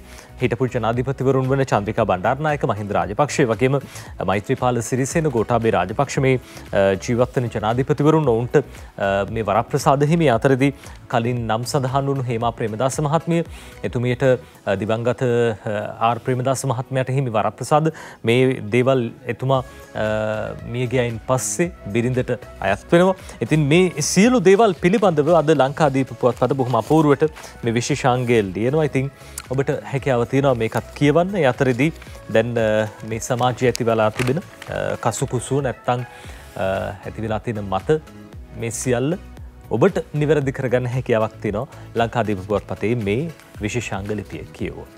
ඔව් නගිත් අපි ඒ කතාවෙන් පස්සේ ඊළඟ කතාව තමයි පසුගිය සතියේ උණුසුම් වුණා පාර්ලිමේන්තුවේ ඇති වෙලා තිබුණු අයවැය කතා. ඒ වගේම අයවැය සම්මත කර ගැනීම ඉදිරි මාස කිහිපය සඳහා අතුරු අයවැයක් ඉදිරිපත් කළා. එහිදී සම්මත වෙනවා පාර්ලිමේන්තුවේදී මේ පිළිබඳව කතා බහට ලක් වුණා දේශපාලනය තුලදී. දැන් සුළුමින ප්‍රධානම සිරස්තලයේ අරගෙන එනවා පවුල් ලක්ෂ 35කට අයවැයෙන් ප්‍රතිලාභ ලැබිලා කියලා තමයි කියන්නේ. තාරක වික්‍රමසේකර ලියලා තියෙනවා අද දවසේදී පසුගියදා පාර්ලිමේන්තුවේ ඉදිරිපත් කරන ලද අතුරු අයවැයෙන් පවුල් ලක්ෂ 35ක් සඳහා රෙජු සහනාධාර සැපීමට රජය දැන් කටයුතු ආරම්භ කර තිබෙනවා. ඒ යටතේ ආහාර සුරක්ෂිතතාවයක් නොමැති පවුල් ඇතුළු සමෘද්ධිලාභීන්, සරණක් නැති වැඩිහිටියන්, විශේෂ අවශ්‍යතා ඇති පිරිස් මෙන්ම වකුගඩු රෝගීන් සහ ගැබිණි මව්වරුන්ටද ප්‍රතිලාභ ලබා දෙන අයවැයක් තමයි මේ සම්මත කරගෙන තිබෙන්නේ. ඉදිරිපත් කරලා ජනාධිපති රනිල් වික්‍රමසිංහ මහතා විසින් ඉදිරිපත් කළ අතුරු අයවැයට අනුව මේ සහන සැලසෙන අතර එහිදී දැනට සමෘද්ධි දීමනා ලබන පවුල් ගණනට එවැගේම පොරොත්තු ලේඛන ඉන්න අයට මේ සියලු සහනාධාර ලැබෙනවා කියලා තමයි සඳහන් කර තිබෙන්නේ. ඉතින් පවුල් ලක්ෂ 35කටම අයවැයෙන් ප්‍රතිලාභ ලැබීමට නියමිතයි කියලා සුළුමින පුවත්පත තොරතුරු වාර්තා කරනවා. එවැගේම ඒ තොරතුරත් එක්ක වම්පසින් වාර්තා කරන අතුරු සිරස්තරය තමයි අතුරු අයවැය වැඩි ඡන්ද 115කින් සම්මත කරගන්නවා ආණ්ඩුව. ඒ පිළිබඳවත් අද දවසේදී දීපාල් සමරසේකර ලියලා තියෙනවා වාර්තාව. ඔබ දන්නවා මේ කාරණය පිළිබඳව රජය විසින් ඉදිරිපත් කළ 2022 අතුරු අයවැය දෙවන වර කියවීම පසුගිය දෙවනිදා සිකුරාදා පැවති අතර එයට පක්ෂව ඡන්ද 120ක් ලැබෙනවා. විපක්ෂව ඡන්ද 5යි ලැබෙන්නේ. 43 දෙනෙක් ඡන්දය දීමෙන් වැළකී ඉන්නවා. අතුරු අයවැය තුන්වන වර කියවීම සංශෝධන සහිතව ඡන්ද විමසීමකින් තොරව සම්මත වීම මෙහිදී වූ විශේෂ සිදුවීමක් කියලා තමයි අද දවසේදී සුළුමින වාර්තා කර තිබෙන්නේ. 120 දෙනෙක් ඡන්දය ලබා දුන්නා. 5 දෙනෙක් තමයි දුන්නේ නැත්තේ. ඒ තමයි ජාතික ජන බලවේගය නියෝජනය කරන මන්ත්‍රීවරුන් 3 දෙනාත් TNAK මන්ත්‍රීවරු දෙන්නෙකුත් ඡන්දය භාවිතා කරේ නැහැ. ඡන්දය භාවිතා කරා විරුද්ධව අයවැයට. ඉතින් ඒ අනුව 5යි 120ක් ඡන්දය ලබා ගන්නවා. 115කින් වැඩි ඡන්ද සම්මත කරගන්නට ආණ්ඩුවට හැකියාව ලැබෙනවා. කණ්ඩායම් දෙකක් ආවේ නැහැ. අපි දැක්ක සමගි ජන බලවේගය ආවේ නැහැ නජිත්. ඒ වගේම විමල් වීරවංශ මහතා ප්‍රමුඛ ස්වාධීන වෙච්ච කණ්ඩායම ආවේ නැහැ. ඒ වගේම ඩල සලහපෙරුම මහතා GL පීරිස් මහතා ප්‍රමුඛ කණ්ඩායම පාර්ලිමේන්තුවට ඇවිල්ලා හිටියෙත් නැහැ. ඒ අනුව කොහොම වුණත් ආණ්ඩුව වැඩි ඡන්ද 115කින් අයවැය සම්මත කරගත්තා. ඒ කතාව කිව්වේ දැන් පවුල් ලක්ෂ 35කට මේ සම්මත කරගත් අයවැයෙන් ප්‍රතිලාභ ලැබෙනවා. වගේම ඊළඟ කතාව මව්බිම් පුවත්පතේ ඇතුළු පිටුවක වාර්තා කරනවා සාගල රත්නායක මහතා ජනාධිපති කාර්ය මණ්ඩල ප්‍රධානී සහ ජනාධිපති ජ්‍යෙෂ්ඨ උපදේශක සාගල රත්නායක මහතා කියන කතාවක් ඇතුළු පිටුවේ වාර්තා කරනවා. සියලු ජනතාවගේ පීඩා දුරු කරන අයවැයක් 2023 වසරේදී අරගෙන එනවා කියලා තමයි කියන්නේ. අපි බලමු මේ කතාව මොන විදිහටද කියන්නේ කියලා. ඒකේ වාර්තාව සඳහන් වෙනවා. බොහෝ තොරතුරු වාර්තා කර තිබෙනවා. ඔහු මේ ආර්ථික අර්බුදය නිසා රට දේශපාලනිකව ස්ථාවර වෙලා තියෙනවලු දැන්. ඊළඟට අපි ගෙනාවේ සහන අයවැයක් මිස සංවර්ධන අයවැයක් නොවේ. රට ඉදිරියට ගෙනියන්න ජනප්‍රිය නොවූ තීන්දුව කිහිපයක් ගන්න සිද්ධ වෙනවා. එදා වැඩබද්ද අඩු කළේ ජනතාවට සහන දෙන්න නොවේ, ව්‍යාපාරිකයන්ට සහන දෙන්න. ඒකයි මේ අර්බුදයේ මුල කියලා සාගල රත්නායක මහතා එක පැත්තකින් සඳහන් කර තිබෙනවා.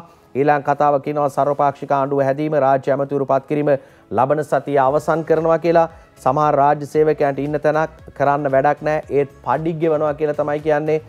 මේ රජයේ සේවය පිළිබඳව තමයි සාගල රත්නායක මහතා කියලා තියෙන්නේ. ඉන්න තැනක් නැහැ, ඒත් පඩි ගෙවනවා, වැඩක් කරන්නේ නැහැ කියලා. ඊළඟ කතාව IMF හරහා ලැබෙන මුදලින්ම රටේ ආර්ථිකය ශක්තිමත් වෙන්නේ නැහැ. ඊළඟට සජබට විතරක් නොවේ ඕනෑම පක්ෂික කෙනෙකුට මහගෙදර දොර ඇරලා තියෙන්නේ. ඒ කියන්නේ සමගි ජන බලවේගයේ කට්ටියට එක්සත් ජාතික පක්ෂයට එකතු වෙන්න පුළුවන්. දොර ඇරලා තියෙන ඕන වෙලාවක එන්න පුළුවන්ලු. ගෝඨාභය යාලි දේශපාලනයට එයි කියා හිතන්නේ නැහැ කියලා කියනවා සාගල රත්නායක මහත්මයා.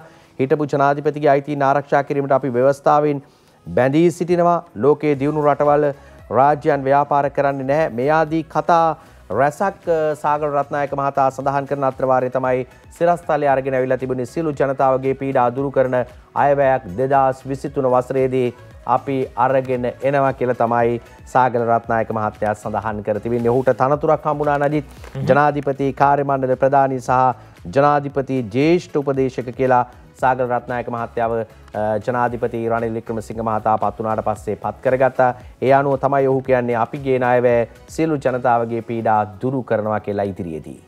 ඒ අතර සමීර අපි දැන් දන්නවා කාලෙක ඉඳන් රජයන් බලයට පත් වෙනවා අයවැය ලේඛන ඉදිරිපත් කරනවා. මේ අයවැය තුලින් ඉදිරිපත් වෙන කරුණු කාරණා 100% සාක්ෂාත් වෙනවද? ඒ වැය ප්‍රතිලාභ ජනතාවට හරියටම ලැබෙනවද? දීමනා හරියට ජනතාවට ගෙවනවද? ඒක ප්‍රශ්නයක්. ඒ නිසා ලෝක බැංකුව මේක ආදර්ශයට අරගෙන ලෝක බැංකුව දැන් අලුත් වැඩසටහනක් වැඩපිළිවෙලක් ක්‍රියාත්මක කරන්න යනවා. අද සත්‍ය ගරුණ පුවත්පත කියනවා ඒ පිළිබඳව නිලධාරීන් දේශපාලනඥයන් විශ්වාස නැති නිසා ලෝක බැංකුව ඍජුවම දිලිඳු සහන බෙදයි කියලා තමයි අද මේ විදිහට අරුණ පුවත්පතේ ප්‍රධාන සිරස්තලේ වාර්තා කරන්නේ. මේ දැන් රටේ ඉන්න නිලධාරීන් දේශපාලනඥයන් පිළිබඳ විශ්වාසයක් නැහැ. ඒ හින්දා ලෝක බැංකුව ඍජුවම දිලිඳු සහන බෙදන්න ඉදිරිපත් වෙලා තියෙනවා. පවුල් ලක්ෂ 43කට මසකට 5000 බැගින් ලියාපදිංචි ඇප් එකකින් කියලා නයන තරංග ගමගේ අද සතිය අරුණ පුවත්පතට ලියනවා මේ විදිහට සමෘද්ධි ලාභීන් ඇතුළුව රටේ අඩු ආදායම්ලාභී පවුල් සහ පුද්ගල ඒකක ලක්ෂ 43කට දුරකථන යෙදවීමක් මගින් ලියාපදිංචි කර රුපියල් 5000 බැගින් මාසිකව ලබා දෙන නවතම සුබ සාධන වැඩසටහනක්. ඒ කියන්නේ පැකේජ් එකක් ආරම්භ කරන්න රජයේ සූදානම් වෙනවා කියලා තියෙනවා. අපිට පුළුවන් වැඩිදුර තොරතුරු වලට යන්න. මෙතෙක් කලක් රාජ්‍ය නිලධාරීන් මගින් සුදුස්සන් තෝරා ගැනීම නිසා දේශපාලන බලපෑම් එල්ලවීම හේතුවෙන් ලෝක බැංකුව මහ බැංකුව සමග එක්ව ඍජුවම දරිද්‍රතාවෙන් පෙළෙන පුද්ගලයන් හා පවුල් තෝරා ගැනීමට සැලසුම් කළා තියෙනවලු. රටේ පවතින ආර්ථික අර්බුදය හේතුවෙන් පීඩාවට පත්ව සිටින ආධාර ලැබිය යුතු ජන කොටස් වෙනුවෙන් තවත් ආරක්ෂණ වැඩසටහනක් ක්‍රියාත්මක කළ යුතු බවට වන අන්තර්ජාතික මූල්‍ය අරමුදලේ නිර්දේශය පරිදි ක්‍රියාත්මක කරන මේ වැඩසටහන සඳහා ආධාර සපයන්නේ ලෝක බැංකුව කියලා තියෙනවා. දැන්ට සමෘද්ධි ප්‍රතිලාභ ලබන ලක්ෂ 17ක ප්‍රජාවට අමතරව සමෘද්ධි සානාධාරය අපේක්ෂාවෙන් පසු වන පුද්ගලයන් සහ පවුල් වැඩිහිටි වකුගඩු රෝගීන් සහ ආබාධිත යන ජන කොටස්ද මේ පිරිසට ඇතුළත් වෙනවා කියලා තමයි අද දවසේ මේ විදිහට සතිය ගරුණු පුවත්පත කියන්නේ. ඒක නම් හොඳ වැඩක්. හේතුව නිලධාරීන් මාර්ගයෙන් දේශපාලනඥයන් මාර්ගයෙන් ගියාම අර තමුන්ගේ හිතවතුන්ට තමයි සමෘද්ධිය පවා මේ ලබා දෙන කටයුතු කරන්නේ. එහෙම නැතු ඇප් එකකින් ලියාපදිංචි වෙලා ඒ පිරිස තෝරගන්නවා කියලා තමයි කියන්නේ ලෝක බැංකුව මේ පිළිබඳව අධීක්ෂණය කරනවා සහ මුදල් සපයනවා කියන කාරණාව සඳහන් වෙනවා. අතරදී අපි එතනින් එහාට යනවා අද දවසේ ලංකාදීප පුවත්පතේ ප්‍රධාන සිරස්තලයට. ලංකාදීපේ ප්‍රධාන සිරස්තලය කියන්නේ තවත් වෙන කතාවක්. ඒ තමයි ගෙවන්න සල්ලි නැතිව කෝටි 20000ක බිල්පත් හිර වෙලා. මේ දැන් රජයේ වැඩ කරපු ආයතනවල ඔවුන්ගේ බිල්පත් ඒ විදිහට හිර වෙලා තියෙනවා කියලා තමයි ආරංචි. අජන්ත කුමාර අගලකඩ මේ පුවත ලංකාදීපයට ලියනවා අද ප්‍රධාන සිරස්තලයේ විදිහට. ඉකුත් කාලයේ රට පුරා සිදු කරන ලද ව්‍යාපෘති වෙනුවෙන් රුපියල් කෝටි 20000ක පමණ හිඟ බිල්පත් මහා භාණ්ඩාගාරයේ සිරවි ඇතැයි මුදල් අමාත්‍යාංශ ආරංචි මාර්ග සඳහන් කරනවා.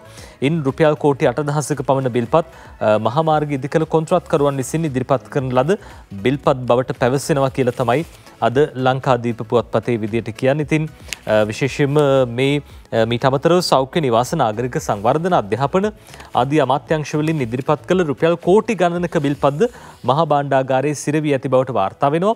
මීට වසර 2-3කට පමණ පෙර සිටම ගෙවීමට ඇති මේ හිඟ බිල්පත් ගෙවීම සඳහා මුදල් සොයා ගැනීම බරපතල ගැටලුවක් වී ඇතයිද දැනගන්නට තියෙනවා කියලා තියෙනවා. ඉතින් අපි දන්න කාරණාව රජයේ සේවකයන්ගේ වැටුප් ගෙවන්නෙත් මුදල් අච්චු ගහලා කියලා පහුගිය දවස්වල හාවක් හුවක් තිබ්බා. මේ බොහෝ දෙනෙක් කිව්වා විශේෂයෙන්ම රජයේ පාර්ශවයෙන් පවක්ව මුදල් අච්චු ගහලා තමයි පහුගිය කාලේ මේ වැටුප් ගෙවලා තිබ්බේ කියන කාරණාව. ඉතින් යනු වැළුවම දැන් මේ කොන්ත්‍රාත්කරුවන්ට ගෙවන්න සල්ලි තියනවාද කියන එකත් ප්‍රශ්නයක්. ඒ හින්දා කොන්ත්‍රාත් සමාගම් ගණනාවක් දැන් මේ වෙනකොට කඩා වැටිලා තියෙන්නේ. ඔවුන්ගේ පඩි නඩි ගෙවන්න බැරුව සේවකයන් ඉවත් කරලා තියෙනවා. මේ හැමදේම ලොකු පීඩනයක් එල්ල කරලා තියෙනවා සමහර තැන්වල. ඒ නිසා අපි විශ්වාස කරනවා ටිකක් හරි සහනයක් ලබා දෙයි කියලා. කොහොමුණත් ගෙවන්න සල්ලි නැතිව කෝටි 20000ක බිල්පත් හිර වෙලා කියලා තමයි අද ලංකාදීපය ප්‍රධාන සිරස්තලයෙන් කියන්නේ. අපි ඊළඟ කතාව ඔය සියලු කතා ආසේ පහුගිය අවුරුදු 10 ගැන මව්බිම පුවත්පත වාර්තා කරනවා. පහුගිය අවුරුදු 10 වෙච්ච සිද්ධීන් පිළිබඳව ලංකාව රටවල් 18කින් ඩොලර් බිලියන 41ක් ණයට අරගෙන තියෙනවා කියලා තමයි මව්බිම කියන්නේ. පොඩි ගාණක් නෙමෙයි විශාල මුදලක් අරගෙන තියෙන්නේ. ගිය අවුරුදු 10ට ලංකාව රටවල් 18කින් ඩොලර් බිලියන 41ක් ණයට අරන් වාර්තාව අරගෙන අවිල්ලා තිනවා මේ විදිහට. ශ්‍රී ලංකාව පසුගිය දසවසර ඇතුළත රුපියල් ට්‍රිලියන 6කට අධික මුදලක් එනම් ඇමරිකානු ඩොලර් බිලියන 41කට අධික මුදලක් ණය ලෙස විදේශ රටවල් 18ක් සහ ආයතන 44කට අධික සංඛ්‍යාවකින් ලබාගෙන ඇති බව මුදල් අමාත්‍යාංශය කියලා තියෙනවා කියලා තමයි තොරතුරු වාර්තා කර තිබෙන්නේ. ඉතින් මේ ශ්‍රී ලංකාව අරගන්න ණය ගෙවන්න වෙන්නේ අපිට. ඉතින් ඒ නිසා ඒ කතාව අද මව්බිම ප්‍රධාන සිරස්තලයේ හැටියට අරගෙන අවිලා තියෙනවා. අවුරුදු 10කට රටවල් 18කින් ආයතන 44කින් ණය අරගෙන තියෙන කතාව. ඊළඟ කතාව පල්ලෙහායින් වාර්තා කරනවා ජනවරමක් නැතුව IMF යන්න බෑ කියලා ජාතික ජන බලවේගයේ නායක අනුර කුමාර දිසානායක මහතා කියන කතාව. අනුරාධා හේරත් ලියලා තියෙනවා ජාත්‍යන්තර මූල්‍ය අරමුදල යෝජනා ක්‍රියාත්මක කිරීමට නම් අනිවාර්යෙන්ම ජනවරමකට යා යුතු බව ජනතා විමුක්ති පෙරමුණේ නායක කොළඹ දිස්ත්‍රික් පාර්ලිමේන්තු මන්ත්‍රී අනුර කුමාර දිසානායක මහතා කියලා තියෙනවා. ඉතින් ජනවරමක් නැති ආණ්ඩුවකට කොහොමද මේ IMF එකේ කතාවලට එකඟ වෙන්නේ කියලා තමයි ඔහු ප්‍රශ්න කරලා තියෙන්නේ. ඒ ජාතික ජන බලවේගයේ නායකතුමා තමා පමණක් නොව ජාත්‍යන්තර මූල්‍ය අරමුදලේ නියෝජිත කණ්ඩායමේ ප්‍රධානියාද පවසන්නේ දේශපාලන ස්ථාවර භාවයක් සහිත ආණ්ඩුවක් පිහිටුවීම මේ සඳහා අනිවාර්ය බවයයි අනුර කුමාර දිසානායක මන්ත්‍රීවරයා පෙන්වා දෙනවා. විශේෂයෙන්ම මේ දේශපාලන ස්ථාවර භාවයේ සහිත ආණ්ඩුවක් නොවන අතර මේ ජනවරමට පටහැනි බව ජාත්‍යන්තර මූල්‍ය අරමුදලේ ණය ගැනීමේදී ප්‍රධාන වශයෙන් බලපාන බවයි මන්ත්‍රීවරයා සඳහන් කර තිබෙන්නේ. ඒ අනුර කුමාර දිසානායක මහත්මයා ඒ විදිහට කියන්නේ මේ ආණ්ඩුවට වර්තමාන ආණ්ඩුවට ජනවරමක් නැහැ කියන කතාව තමයි ඔහු සඳහන් කර තිබෙන්නේ. ඒ ජාතික ජන බලවේගයේ පැත්තෙන් ඇහෙන කතාව. ඊළඟට අපි යනවා මූල්‍ය අරමුදලෙන් අපිට මොකද්ද කරන්න හදන්නේ කියලා. මූල්‍ය අරමුදලේ පළමු වාරිකය දෙසැම්බර් මාසයේ දෙනවා කියලා තමයි කියන්නේ. සංජීවිකා සමරතුංග ලියලා තියෙනවා අද දේශීය පුවත්පතට. ජාත්‍යන්තර මූල්‍ය අරමුදල සමග ශ්‍රී ලංකා රාජ්‍ය කාර්ය මණ්ඩල එකඟතාවකට එළඹීම නිසා මූල්‍ය අරමුදලෙන් මෙරට ලැබෙන ප්‍රථම මූල්‍ය ආධාරය ලබන දෙසැම්බරයේ ලැබෙනු ඇතැයි ඉහළ පෙළේ රාජ්‍ය තාන්ත්‍රික ආරංචි මාර්ගවලින් සඳහන් කර තිබෙනවා. ඉතින් කොමාරි මේ මූල්‍ය අරමුදලෙන් ලැබෙන පළමු වාරිකය දෙසැම්බර් මාසයේ ලබා ගන්න පුළුවන්කමක් ලැබෙනවා කියලා තමයි තොරතුරු වාර්තා කර තිබෙන්නේ. ඉතින් ඒ නිසා කොමාරි ශ්‍රී ලංකාව මුහුණ දෙන ආර්ථික අර්බුදයෙන් මිදීම සඳහා ඩොලර් මිලියන 300ක මූල්‍ය ආධාරයක් මෙරට විසින් අයදුම් කර තියෙනවා කියලා තමයි සඳහන් කර තිබෙන්නේ. ඉතින් ඉල්ලන ප්‍රමාණයම ලැබෙන්නේ නැහැ. දෙසැම්බර් මාසයේ මුල් වාරිකයේ අපිට ලැබෙනවා කියලා තමයි කියන්නේ. කොහොම හරි කමක් නැහැ මේ තියෙන ප්‍රශ්න ටිකෙන් බේරෙන්න. ප්‍රශ්න ටිකෙන් හිර වෙලා ඉන්න මිනිස්සුන්ව ගලව ගන්න යම් ක්‍රමයක් උපාය මාර්ගයක් මොන විදියෙන් හරි යෙදෙනවා නම් හොඳයි කියලා තමයි දැන් බොහෝ දෙනෙක් සඳහන් කරන්නේ. මොකද නජිත් ඒ තරම් ප්‍රශ්න ඉතින් තියෙනවා රැසක් එන්න දෛනිකව බඩු මිල ඉහළ යනවා. ඊයේ දවසේදීත් අපි දැක්කා පාන් මිලේ වැඩිවීමක් සිද්ධ වෙනවා කියලා. උද්දමනයේ වැඩිවීමින් තිබෙනවා. ඉතින් මේ ප්‍රශ්න වලට විසඳුම් හොයන්න තමයි ආණ්ඩුව මැදිහත් වෙමින් සිටින්නේ. ඔය අතරේ සමීර දැන් පළමු වාරිකයේ ගන්න අර නිකන් ඉබ්බන්ගෙන් පිහාටු ඉල්ලනවා වගේ සෑහෙන්න මහන්සි වෙලා වැඩ කරන්න වෙනවා කියන කාරණාවක් තමයි ඉරිදා ලංකාදීප පුවත්පත කියන්නේ. දැන් කාර්ය මණ්ඩල මට්ටමේ එකඟතාවකට ඇවිල්ලා තියෙන්නේ. ඔය අතරේ පළමුවෙනි වාරිකයේ ගන්න ආයතන 39ක් ප්‍රතිව්‍යුහගත කරන්න ඕන කියන කතාවක් අද ලංකාදීපේ කියනවා. IMF පළමු වාරිකයේ ගන්න ආයතන 39ක් ප්‍රතිව්‍යුහගත කරන එකට දෑසිලි ලියනගේ ලියන්නේ ජාත්‍යන්තර මූල්‍ය අරමුදලින් ශ්‍රී ලංකාවට ඩොලර් කෝටි 290ක මුදලක් කොටස් වශයෙන් ලබා දීමට එකඟතාව දක්වා ඇතත් ඒ මුදල් වල පළමු කොටස ලබා ගැනීම සඳහා රාජ්‍ය ආයතන 39ක් ප්‍රතිව්‍යුහගත කළ යුතු ඇති බව දැනගන්නට තියෙනවා කියලා අද ලංකාදීපේ කියනවා. ලංකාදීපේ මෙහෙම කියනවා මේ ප්‍රතිව්‍යුහගත කිරීම යටතේ පාඩු ලබන ආයතන පෞද්ගලිකකරණය කිරීමට නියමිතයි.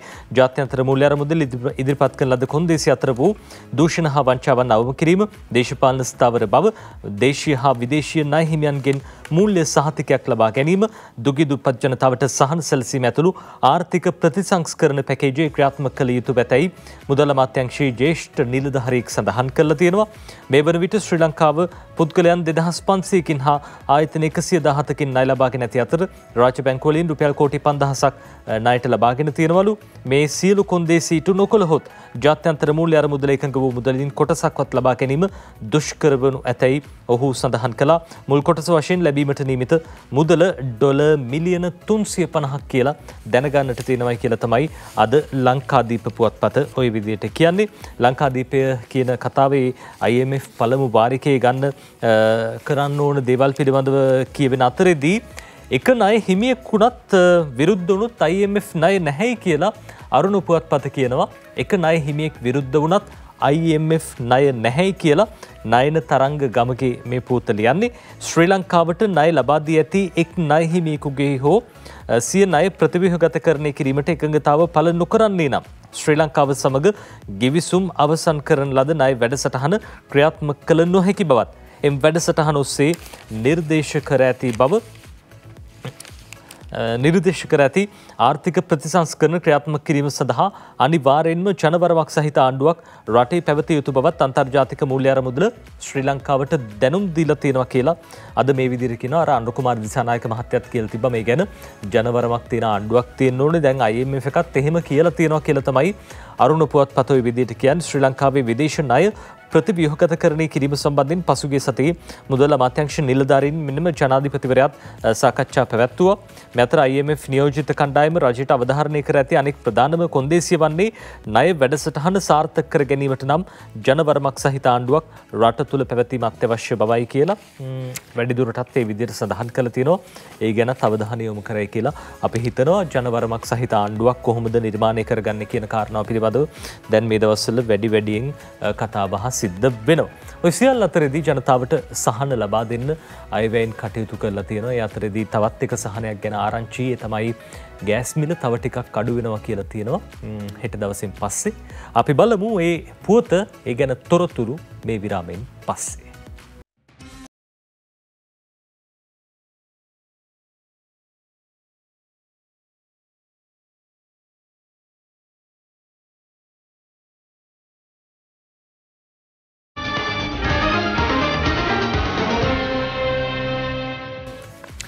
ඔබ නැවතත් එකතු වෙන්නේ සතියක පත්තරමෙන්තුවත් එක්ක අපි පත්තර බලමින් ඉන්නේ ජාතික පුවත්පත් වාර්තා කරන තොරතුරු. විරාමයට යන්නේ කලින් කිව්වා වගේම මේ දැන් හෙට දවසේ ගෑස් මිල අඩු වෙනවා කියලා අද ජාතික පුවත්පත් වාර්තා කරනවා. හැබැයි කීයකින්ද කියලා නම් තාම කියලා නැහැ. ලංකාදීපේ කියනවා ගෑස් මිල ලිට්‍රෝ ගෑස් මිල හෙට අඩුවේ කියලා.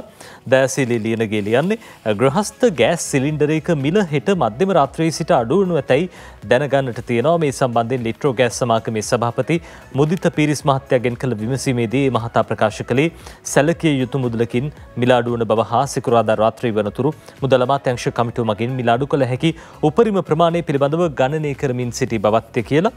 අවසන් වරට ගෑස් මිල අඩු කළේ ඉකුත් අගෝස්තු 8 වෙනිදා. ලංකාදීපට දැනගන්නට ඇත්තේ අඩු වශයෙන් රුපියල් 200කින්වත් ගෑස් මිල අඩු කරන්න පියවර ගනිමින් ඉන්නවා කියලා තමයි කියලා අද මේ විදිහට ලංකාදීප පුවත්පත කියනවා. ඉතින් රුපියල් 200කින් හරි අඩු වෙන එක නම් ඉතින් හොඳයි. ඔය වැඩි වෙන්නේ නැතුව පහුගිය කාලේ එක දිගට වැඩි වෙනවා අපි දැක්ක. හැබැයි මෙහෙමත් දෙයක් තියෙනවා සමීර. වැඩි වෙනකොට රුපියල් 1000කින් 2000කින් විතර වැඩි වෙලා අඩු වෙනකොට රුපියල් 200කින් විතර අඩු වෙන එක සාධාරණද කියලත් වෙලාවකට හිතෙනවා. හැබැයි එහෙම හරි ටිකක් හරි සහනයක් දෙන එක හොඳයි. ලෝකෙ තියෙන තත්ත්වය අපි දන්නවා. රටේ තියෙන තත්ත්වෙත් එක්ක මේ දේවල් ගලප ගන්න ඕනේ. ඒ කොහොම හරි වෙලා ජනතාවට සහනයක් ලැබෙනවා නම් ඒක බොහොම වටිනවා. ඔව් නජිත් ඒ වගේම තමයි මුදිත පීරිස් සභාපතිවරයා පසුගිය දවස්වල කිව්ව කතා කීපයක්ම ඉටු කළා. ඉතින් එතුමා ගෑස් හරියට දිනේට ලබා දෙනවා කියලා කිව්වා. මේ දිනේදී ගෑස් පෝලිම් නැති කරනවා කියලා කිව්වා. ඒ වගේම ඒ දේවල් සිද්ධ වුණා. දැන් තව කතාවක් මුදිත පීරිස් සභාපතිතුමා කියලා තියෙනවා. ඩොලර් ගෙවා ගෑස් ගන්න ඇප් එකක් දේශීය පුවත්පතයි වාර්තා කරන්නේ. විදේශගතව සිටින ශ්‍රී ලාංකිකයන් සඳහා ඊතර සිට මෙරට සිටින ඥාතීන් වෙනුවෙන් ඩොලර් ගෙවා ගෑස් සැනවුම් කිරීමේ ඇප් එකක් එළඹෙන සතියේ හඳුන්වා දෙන බව ලිට්‍රෝ ගෑස් සමාගමේ සභාපති මුදිත පීරිස් මහතා දේශීය පුවත්පතට කිව්වා කියලා තමයි සඳහන් කරන්නේ. කිලෝග්‍රෑම් 12.5 ගෑස් සිලින්ඩරයක මිල ඩොලර් 15ක් පමණ විය හැකි බවත් ඇප් එක ඔස්සේ ඇනවුම් කළ පසු නිවස සමීපයේ ඇති අලෙවි නියෝජිතයා වෙත දැනුම් දීමෙන් අනතුරු එම ස්ථානයට ගෑස් සිලින්ඩරේ බාරදී නව ගෑස් සිලින්ඩරයක් ලබා ගැනීමට හැකියාව ඇති බවත් ඒ මහතා සඳහන් කරනවා. හොඳ යෝජනාවක් අරගෙන ඇවිල්ලා තියෙනවා. ලිට්‍ර සමාගමේ ඩොලර් සංචිතය වැඩි කරගන්න කරන වැඩක් කියලා තමයි සඳහන් කරේ ඔවුන්ට. ඉතින් මේ කතාවත් එක්ක මෙන්න ගෑස් පරිභෝජනය කරන කට්ටියට හොඳ පණිවිඩයක්. ඉතින් අදිත් පිටරට ඉන්න අයට සල්ලි ගෙවලා ඩොලර් ගෙවලා ගෙදර ඉන්න අපහසුවෙන් අමාරුවෙන් ඉන්න අම්මයි තාත්තයි ඉන්නවා නම් ඒගොල්ලන්ට ගෑස් ගන්න යන්න විදිහක් නැත්නම් මේ ඇනවුම් කරන්න ක්‍රමවේදයක් හදලා දෙනවා කියලා තමයි සභාපතිවරයා තොරතුරු කියලා තියෙන්නේ. ඊළඟ කතාව දේශීය වාර්තා කරනවා උද්ධමනය ගැන. බිත්තර බිස්කට් මස් මාළු උද්ධමනය උඩ තමයි කියලා තමයි තොරතුරු වාර්තා කරන්නේ. පසුගිය අගෝස්තු මාසය තුල බිත්තර බිස්කට් කුකුළු මස් පාන් මාළු පරිප්පු සහ පළතුරු මිල ගණන් විශාල ලෙස ඉහළ යාම නිසා මෙරට ආහාරාංශයේ උද්ධමනය 93.7ක් දක්වා ඉහළ ගිය බව ශ්‍රී ලංකා මහ බැංකුවේ නවතම වාර්තා වලින් පෙන්වා දෙනවා කියලා තමයි මේ කතාව වාර්තා කර තිබෙන්නේ. ඊට පෙර මාසයේ කියන්නේ ජුලි මාසයේදී 90.9ක් වුණු ආහාරාංශයේ උද්ධමනය අගෝස්තුවේදී 93.7ක් දක්වා වර්ධනය වුණා කියලා තමයි සඳහන් කර තිබෙන්නේ. මෙම උද්ධමන තත්ත්වය ලෝ වැඩිම ආහාර උද්ධමනය සහිත රටක් ලෙස ශ්‍රී ලංකාව ලැබූ වාර්තාවක්. 1948 දී ශ්‍රී ලංකාව නිදහස ලැබීමෙන් පස්සේ ආහාරාංශයේ උද්ධමනය මේ තරම් ඉහළ ගියේ පළමු වරට කියලායි සඳහන් කර තිබෙන්නේ. ඉතින් අපි දැක්කා මහ බැංකුව අධිපතිවරයාත් මේ පිළිබඳව තොරතුරු වාර්තා කරනවා සඳහන් කරනවා උද්ධමන ඉහළයයි මේ තත්ත්වය පීඩාකාරී වෙයි දරා ගන්න බැරි වෙයි ඉදිරිය ටිකක් අපහසු වෙයි කියලා දැන් මහ බැංකුව අධිපතිවරයාත් සඳහන් කරනවා දිනිදු ජනතාවට ටිකක් අමාරුම කාලයක් බවට පත් වෙයි කියලා තමයි සඳහන් කරේ. ඉතින් කොහොම වුණත් මේ අමාරුවත් එක්ක අපි කොහොම හරි රටක් හැටියට ඉස්සරහට යන්නම සිද්ධ වෙනවා මේ ප්‍රශ්නයෙන් මේ අභියෝගයෙන් රට ගොඩ දා ගන්න නම්. දැන් සමීර බිත්තර ගැන කිව්ව උද්ධමනය වැඩි වෙනවා. මේ ආහාර උද්ධමනය වැඩි වෙන රටවල් අතර ප්‍රධාන තැනක අපි ඉන්නවා දැන්. ඒක අර කෙනෙක්ට හිතෙන්න පුළුවන් අපි මේ දර්ශකවල ඉහළට යනකොට ඒක බොහොම වටිනවා රටක් විදියට ඉහළ යන එක හොඳයි කියලා. හැබැයි මේ යන්නේ උද්ධමන දර්ශකයෙන් ඉහළට. ඔය අතරේදී බිත්තර වැඩිපුරම එන්නේ කොහෙන්ද? කුරුණෑගල දිස්ත්‍රික්කයෙන් තමයි බිත්තර වැඩිපුරම එන්නේ. හෙට්ටිපොළ, කුලියාපිටිය, බිංගිරිය, එතකොට නිකවරටිය, උඩුබද්දාව, කොබේගනේ සහ වාරියපොළ මේ ප්‍රදේශවල බිත්තර වැඩිපුරම නිෂ්පාදනය වෙන්නේ. රටටම බිත්තර දෙන්නේ මේ පැත්තෙන් කිව්වොත් හරි. දැන් කුරුණෑගල කිකිලියෝ මේ දවස්වල රටටම කෙකර ගානවා කියලා අරුණ පුවත්පතේ විශේෂාංගයක් ලියවෙනවා මේ විදියට. කුරුණෑගල කිකිලියෝ රටටම කෙකර ගාති කියලා. දැන් ඉතින් කුරුණෑගල පැතිවල ඉන්න අය නම් වැඩිපුර මේ ගැන ආඩම්බර වෙන්නත් හදන්න එපා. කොහොම වුණත් ඉතින් බිත්තර එන්නේ කුරුණෑගලින්. වෙන්දට වගේ බත්පත් සරුසාර නොවූ දවසට අම්මලා දරුවන්ගෙන් ආදරෙන් අහන්නේ බිත්තරයක් ඔම්ලට් දාලා දෙන්නද කියලා. ඒත් දැන් අම්මලා මේ ප්‍රශ්නේ අහන්නේ නැත්තේ දරුවන්ට ආදරේ නැති හින්දා නෙවෙයි, බිත්තර ගණන් හින්දා. ඉස්සර 20-30 ගානට තිබු බිත්තර දැන් විකිනෙන්නේ රුපියල් 65ට. ඒ හින්දා රට්ටු ඇහුවේ කිකිලියන් රත්තරන් බිත්තර දමනවාද කියලා. ඒ ගානට වික්කත් ආණ්ඩුව දැමූ පාලන මිල රුපියල් 43ක්. පාලන මිලට වඩා වැඩියෙන් බිත්තර විකිණු බලංගොඩ ව්‍යාපාරිකයෙකුට ලක්ෂ 4ක දඩයක් ගෙවන්නට සිද්ධ වුණේ බලංගොඩ මහේස්ත්‍රාත් නියමයෙන්. බිත්තරයක් රුපියල් 65 ගානේ බිත්තර 4 රුපියල් 260කට දුන් ඔහුට ඒ වෙනුවෙන් අන්තිමේදී රුපියල් 3,99,740ක පාඩුවක් මෙදින්න සිද්ධ වුණා කියලා මේ විශේෂාංග ලිපිය ආරම්භය ඒ විදිහට බොහොම අපූර්වට ලියවෙනවා. බලංගොඩ පමණක් නෙවෙයි ලංකාවේ සිව් කොනේ හැම තැනකම විකිනෙන බිත්තර එන්නේ එකම ප්‍රදේශයකින්. මල්වානි රඹුටන් මොරටුවේ ලී කළුතර බැංගුස් කජුගම කජු වගේ කුරුණෑගල දිස්ත්‍රික්කයටත් කුලියාපිටිය නිකවැරටිය කොබේගනේ බිංගිරිය උඩුබද්දාව වාරියපොළ හෙට්ටිපොළ කිව්වොත් එහෙම ඉතින් බිත්තර තමයි. මේ ගම්වල කිකිලියන් කෙකර නොගාන ගයක් සොයා ගන්නවට වඩා කිසිවෙක් නොමල ගයකින් අබමිටක් සොයා ගැනීම පහසුයි කියලා මේ ලියුම් කරු අද මනුසත් සේරසිංහ මේ ලිපිය බොහොම අපූර්වට ලියන්න. ඉතින් බිත්තර ගැන සහරානුත් බිත්තරයට ගැහුවා. බෞද්ධ බිත්තරවල ජීවයක් නැහැ. ඒ අතරේදී දවසට බිත්තර 1 කෝටි 20 ලක්ෂයක් දානවලු. මේ රට පුරාම ඉන්න කිකිලියෝ මේ දවසට බිත්තර 1 කෝටි 20 ලක්ෂයක් දානවා කියලා මේ විශේෂාංගයේ ලියවිලා තියෙනවා. ලංකාවට බිත්තර දෙන්නේ කොයි පළාත්වලින්ද කියලා අපි ඔබට කිව්වා. බිත්තර බිස්නස් මුලින්ම වැටුනේ දොළුකන්දේ හාමුදුරුවෝ හින්දා. විවිධ ආගමික විශ්වාසයන් අතරදී විවිධ සමාජමය කාරණා මේ සියල්ල හින්දාම බිත්තරේට ලොකු බලපෑමක් වුණා කියලා තියෙනවා. දැන් ඉතින් උද්දමන හින්දාත් බිත්තරේට ලොකු ප්‍රශ්නයක්. සමීර දැන් රුපියල් 65යි බොහෝ තැන්වල බිත්තර පාලන මිල ඊට වැඩිය සෑහෙන් අඩුයි. රුපියල් 50කට හරි බිත්තරයක් හොයාගන්න තමයි අපේ රටේ ජනතාව නම් වෙහෙසෙන්නේ මහන්සි වෙන්නේ. ඒ කොහොමුණත් ඉතින් පාලන මිල 43යි කියලා තියෙනවා. පාලන මිලට වැඩියෙන් විකොත් දඩ ගහනවා. මේ ආසන්නතම සිද්ධ වීම 3,99,740ක පාඩුවක් විඳින්න සිද්ධ වුණා. ඒ දඩේ ගෙවලා බිත්තර රුපියල් 43ට වැඩියෙන් විකුණලා. බිත්තර රුපියල් 10ටත් කාපු කාලයක් මතකද සමීර? අපි දැක්ක පහුගිය කාලේ මේ රුපියල් 10ටත් බිත්තරේ ගියා. මේ හිටපු ජනාධිපතිවරයා බලයට පත්වීමත් එක්කම ඒ සහනේ රටේ ජනතාවට දුන්නා. දැන් ඉතින් බිත්තරයක් රුපියල් 10ට ආයි කන්න වෙන්නේ තව අවුරුදු 100 ගානකින් කියලා කෙනෙක්ට කියන්නත් පුළුවන්. ඒක වුණත් ඉතින් බිත්තරේ කතාව ඒ වගේ ලියවෙන්නේ. බිත්තරෙන් පස්සේ අපි යනවා මේ පාන් ගෙඩියට. සමීර. ඔව් නඩිත් ඉතින් බත් පතට බිත්තරයක් දාගෙන කන්න බැරි මිනිස්සුන්ට අන්තිමට කොහොම හරි පාන් කෑල්ලක් තමයි ඉතින් කාලා හිටියේ. දැන් පාන් කෑල්ල කන්නත් පුළුවන් වෙයිද කියලා ප්‍රශ්නයක් ඇවිල්ලා තියෙනවා. මොකද පාන් ඉස්සරහට රටේ තියෙයිද නැද්ද දන්නේ නැහැ කියලා තමයි අද පුවත්පත් වාර්තා කරලා තියෙන්නේ. අපි යනවා දේශීය පුවත්පත කියන කතාව දෙසට අවධානය යොමු කරන්න. මසකින් පාන් නැත්තරම නැති වෙයි ප්‍රශ්නාර්ථකුත් එක්ක තියෙනවා බේකරි සංගම් සභාපති කියන කතාව. ඉතින් මසක් ඇතුළත රජය තිරුඟු පිටි ගැටලුවට විසඳුමක් නොදුනොත් රටේ පාන් බනිස් සහ කෙටි කෑම නිෂ්පාදනය සම්පූර්ණයෙන්ම නැවැත්වීමට සිදුවන අතර ජනතාවට පොලිමේ ගොස් හෝ පාන් ගෙඩියක් මිලට ගන්නට නොහැකි වනු ඇති බව සමස්ත ලංකා බේකරීමයන්ගේ සංගමේ සභාපති එම්.කේ. ජයවර්ධන දේශීය පුවත්පතට පැවසුවා කියලා තමයි සඳහන් කර තිබෙන්නේ.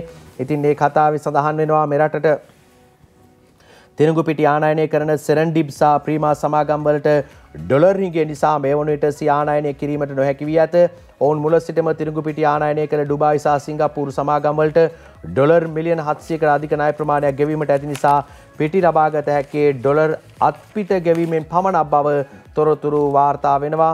ඉන්දියාවෙන් තිරුඟු පිටි ස්වල්ප වශයෙන් පසුගිය කාලයේ ගෙන්වුවද එරට ආනයනය නවතා ඇති නිසා ඉන්දියාවෙන්ද තිරුඟු පිටි ආනයනය කර නොහැකි තත්වයකට පත්ව ඇති බව සභාපතිවරයා සඳහන් කර තිබෙනවා.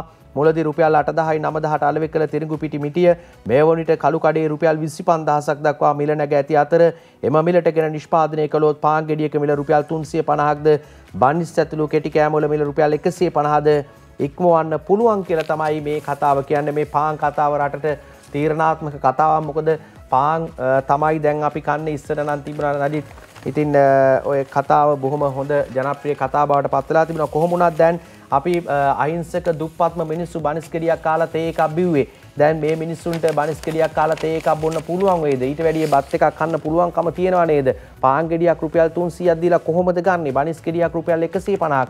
උදේට පාසල් යන දරුවන්ට බනිස් කෙඩියක් අරන් දීලා ඉස්කෝලේ හරි. ඉතින් දැන් ඉස්සරහට මේක කරන්න පුළුවන් වෙයිද කියලා ප්‍රශ්නයක් එනවා. ඉතින් මේවට විසඳුම් හොයාගන්න සිද්ධ වෙනවා බලධාරීන්ටම.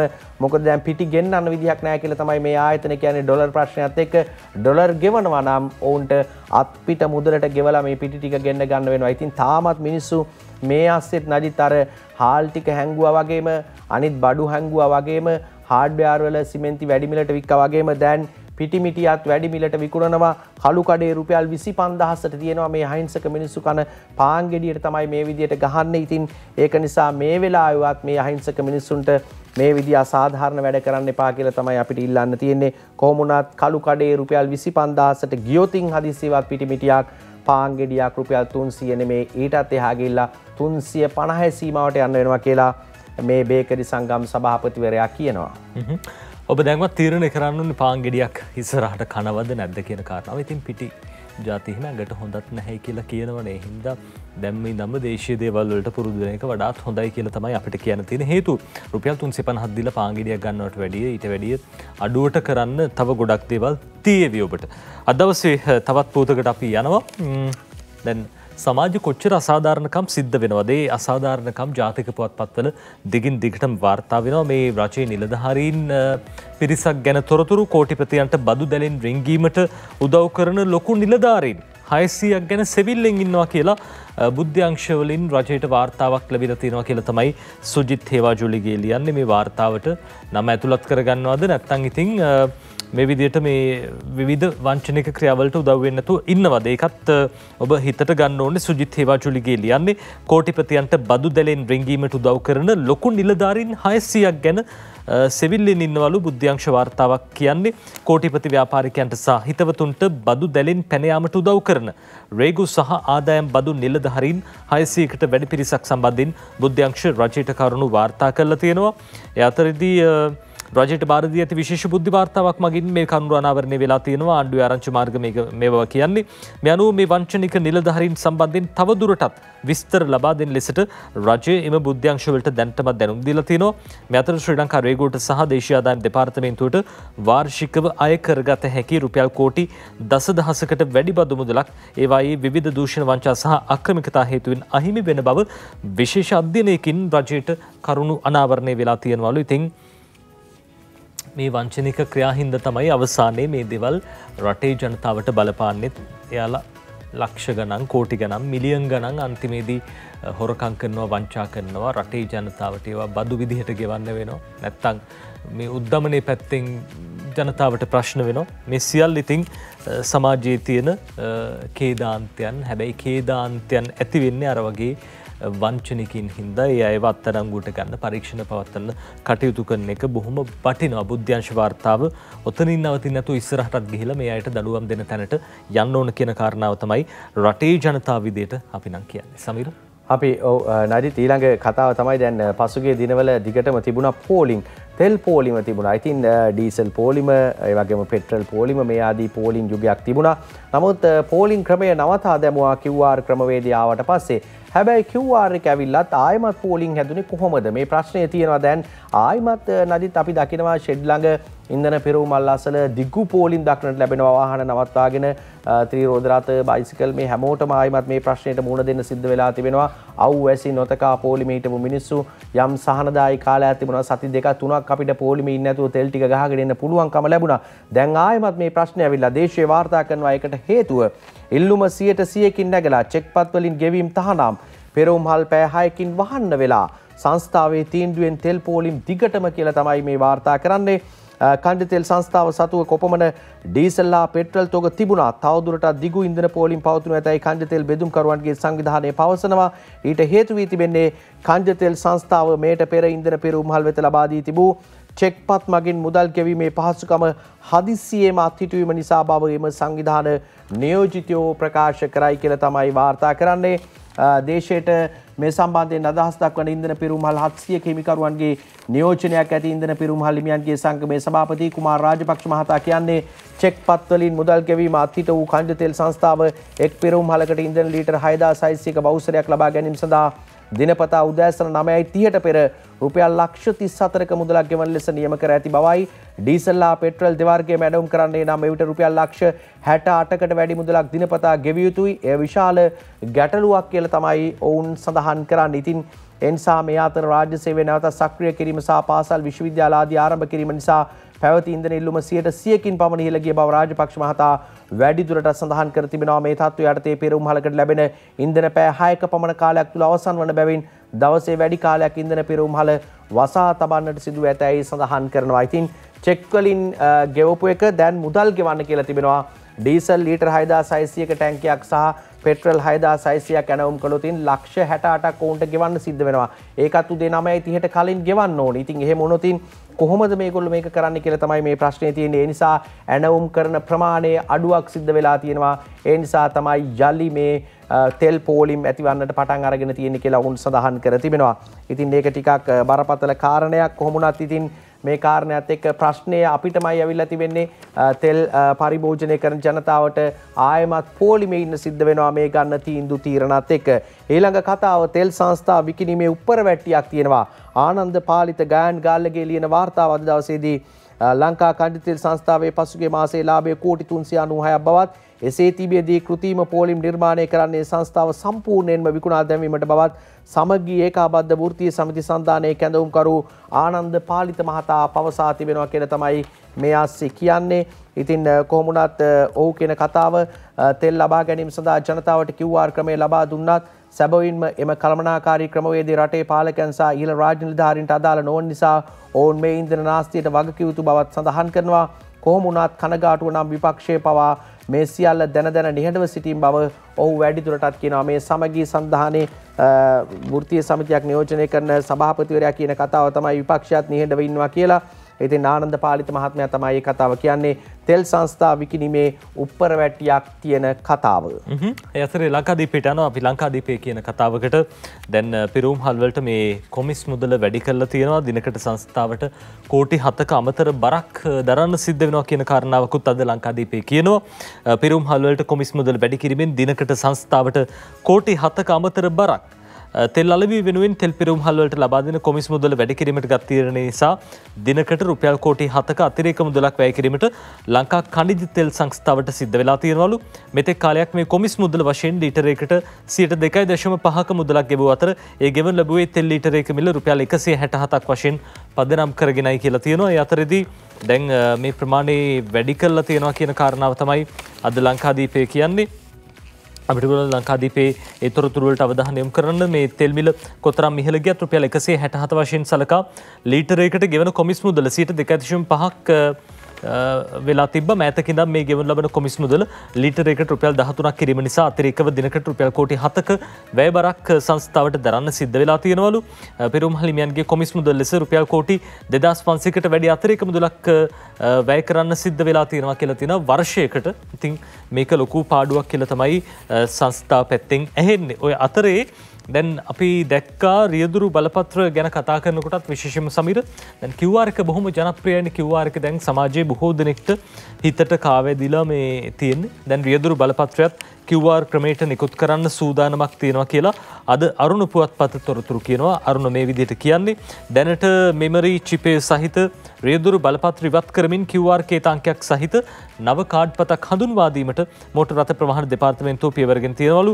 ඊට අදාළ යෝජනාව නීති කෙටුම්පත් දෙපාර්තමේන්තුවට බාර දීලා තියෙනවා. මෝටර් රථ ප්‍රවාහන කොමසාරිස් ජෙනරාල් නිශාන්ත වීරසිංහ මහත්තයා තමයි ඒ ගැන අරුණ පුවත්පතට කිව්වා කියලා අද ওই විදිහට වාර්තා කරන්නේ. ඒ අතරේ දැන් විශේෂයෙන්ම අපි දැක්කා මේ නැව්වලට ප්‍රමාද ගාස්තු ගෙවන්න සිද්ධ වුණා. හේතුව තෙල් ඇනවුම් කරනවා. ඇනවුම් කළාට පස්සේ නැව් එනවා. නැව් ආවට පස්සේ ගෙවන්න සල්ලි නැහැ. මේවා අපේ දියඹේ නැංගුරම්ලා තියෙනකොට ඒ අවශ්‍ය ප්‍රමාද ගාස්තු ගෙවන්න වෙනවා. සාමාන්‍යයෙන් අපි කලිනුත් ඔබට කියලා තියෙනවා සහ ඔබ දන්න කාරණාව නැවක් මුහුදේ නිකන් නවත්තලා තියන්න බෑ. නඩත්තු කරන්න ඕනේ. ඒ ඉන්න සේවකයන්ට පඩිනඩි ගෙවන්න ඕනේ. ඒ හින්දා තමයි ප්‍රමාද ගාස්තු ගෙවන්න සිද්ධ වෙලා තියෙන්නේ. තෙල් නැව් වලට ප්‍රමාද ගාස්තු කෝටි 235යි කියලා අද දිවයින පුවත්පත කියනවා. ගෙවන්න වෙන්නේ ඩොලර් වලින් කියලත් දිවයින පුවත්පත මේ විදිහට කියනවා. ශිරාන් රණසිංහ මේ පොත ලියන්නේ මෙරටට ඉන්ධන ගෙනා නෞකා වෙත නිසි වේලාවට මුදල් ගෙවා දැමීමට නොහැකි වීම නිසා ඉකුත් ජනවාරි සිට අගෝස්තු දක්වා කාලයේදී ප්‍රමාද ගාස්තු අපි කියනවා ඩෙමරේජස් ගෙවන්න වෙනවයි කියලා. මේ ඇමරිකා ඩොලර් 64,59,860ක ඒ කියන්නේ රුපියල් කෝටි 235ක් පමණ ගෙවන්න සිද්ධ වෙලා තියෙනවා කියලා ඛනිජ තෙල් සංස්ථාවේ ජ්‍යෙෂ්ඨ නිලධාරියෙක් ප්‍රකාශ කළා කියලා තමයි අද මේ විදිහට තියෙන්නේ. මේ ඇමරිකා ඩොලර් 64,59,860ක මුදලක් ගෙවන්න සිද්ධ වෙලා තියෙනවා. ඉතින් මේ ප්‍රමාද ගාස්තු ගෙවපු සල්ලි අපිට තව මොන හරි ආනයනය කරගන්න තිබ්බනම් කොච්චර වටිනවද කියලාත් වෙලාවකට හිතෙනවා. හැබැයි ඉතින් අර සැලසුම් කරන්න නැතුව ප්ලෑන් කරන්න නැතුව සල්ලි තියෙන වෙලාවට ඕඩර් කරනවා. ඕඩර් කළාව කරලා නැවාහම ගෙවන්න සල්ලි නැහැ. මේ හින්දා ප්‍රමාද ගාස්තු ගෙවන්න සිද්ධ වෙනවා. මේක තමයි ප්‍රශ්නේ. ඒ අතරේදී අපි යනවා තවත් පුවතකට. ඒ තමයි අදාරුණු පුවත්පත වාර්තා කරන කාරණාවකට මේ පෞද්ගලික සමාගම් පිළිබඳව කතාවක් අපි බලමු. අවධානය යොමු කරමු මේ පුවතට. විශේෂයෙන් පෞද්ගලික සමාගම් වලට දෙන්න පෙර මේ ඉන්ධන නියාමනය උපයෝගිතා කොමිසමට දෙන්න කියලා ඉල්ලීමක් තියෙනවා.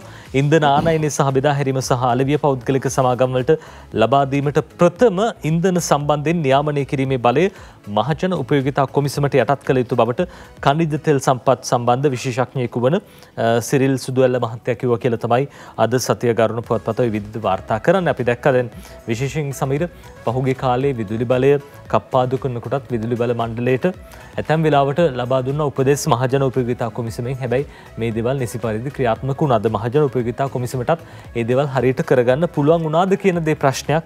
ඒ කොහොම වුණත් දැන් පෞද්ගලික සමාගම් වලට දෙන්න කලින් ඉන්ධන නියාමනයත් උපයෝගිතා කොමිසමට දෙන්න කියලා කියනවා. ඉතින් මේ දේවල් උපයෝගිතා කොමිසම මැනේජ් කරගන්න පුළුවන්ද? තියෙන කාර්යභාරයන් වැඩිද නැද්ද කියන එකක් දන්නේ නැහැ. මේ යෝජනාවට පිළිතුරක් අපි බලාපොරොත්තු වෙනවා උපයෝගිතා කොමිසමේ අපේ සභාපතිතුමාගෙන් ඉස්සරහට.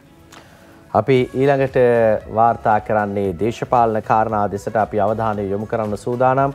සතියේ දේශපාලන තීන්දුව පසුගිය සතියේදී කරලියට ආවා දේශපාලනය ගැන අපි ඒ කාරණාවලට යන්න පුළුවන්කම ලැබෙනවා. අපිට නඩිත් මේ දේශපාලන කතා කියන්න කලින් පුවත්පත්වල වාර්තා කර තිබෙන අපිට කෙටි විරාමයක් ලබා ගන්න පුළුවන්. අපි අනතුරුව සූදානම් මේ දේශපාලන ලෝකයේ උණුසුම් වූ තොරතුරු ඉදිරිපත් කරන්න.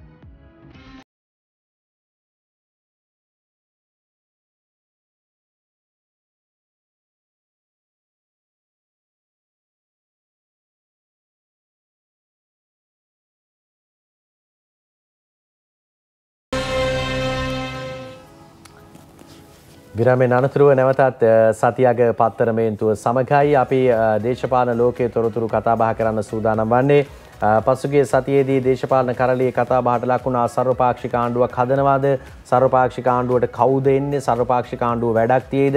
මේ සර්වපාක්ෂික ආණ්ඩුව කියලා හදන්නෙත් මේ ඉන්න කට්ටියමද? එහෙම නැත්නම් සියලු පක්ෂ එකතු වෙනවද? මේ ප්‍රශ්නේ තිබුණා. හැබැයි සියලුම පක්ෂ එකතු වෙන්නේ නැති පාටක් තමයි දැන් පෙනී යන්නේ. කොහොම වුණත් අපි දැක්කා පෞගේ දවස්වල නජිත් නාමල් රාජපක්ෂ මන්ත්‍රීවරයා සඳහන් කරනවා මේ සර්වපාක්ෂික ආණ්ඩුව හදන්න කට්ටිය එන්නේ නැත්නම් අපේ ඉන්න කණ්ඩායම එකතු කළා 134ක් ඔබතුමාට ඡන්දය පාවිච්චි කරලා තිනවා ජනාධිපතිතුමාට පාර්ලිමේන්තුවේදී ඡන්දය භාවිතා කරන අවස්ථාවේදී ඒ කණ්ඩායම එකතු කරලා ස්ථාවර ආණ්ඩුවක් හදන්න කියලා.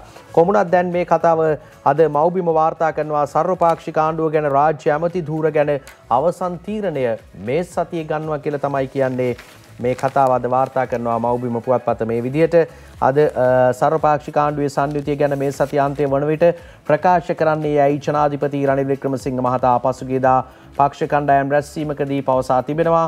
ආණ්ඩුව අපීටුවීම සහ රාජ්‍ය අමාත්‍යවරු පත් කිරීම ගැන මෙසේ ප්‍රකාශයට පත් කරන්නේ යයිද වික්‍රමසිංහ මහතා කිව්වලු. මේ අතර අතුරු අයවැය හා ජාත්‍යන්තර මූල්‍ය අරමුදල් සමග පැවති සාකච්ඡා ආදියට මුදල් අමාත්‍යවරයා හැටියට ජනාධිපතිවරයාට සහභාගී වීමට සිදුවීමෙන් සර්වපාක්ෂික ආණ්ඩුව පිහිටුවීම පමා වී යයිද ජනාධිපති කාර්ය මණ්ඩල ප්‍රධානී සහ ජ්‍යෙෂ්ඨ උපදේශක සාගල රත්නායක මහතා මව්බිම සමග සම්මුඛ සාකච්ඡාවකට එක්වමින් සඳහන් කර තිබෙනවා.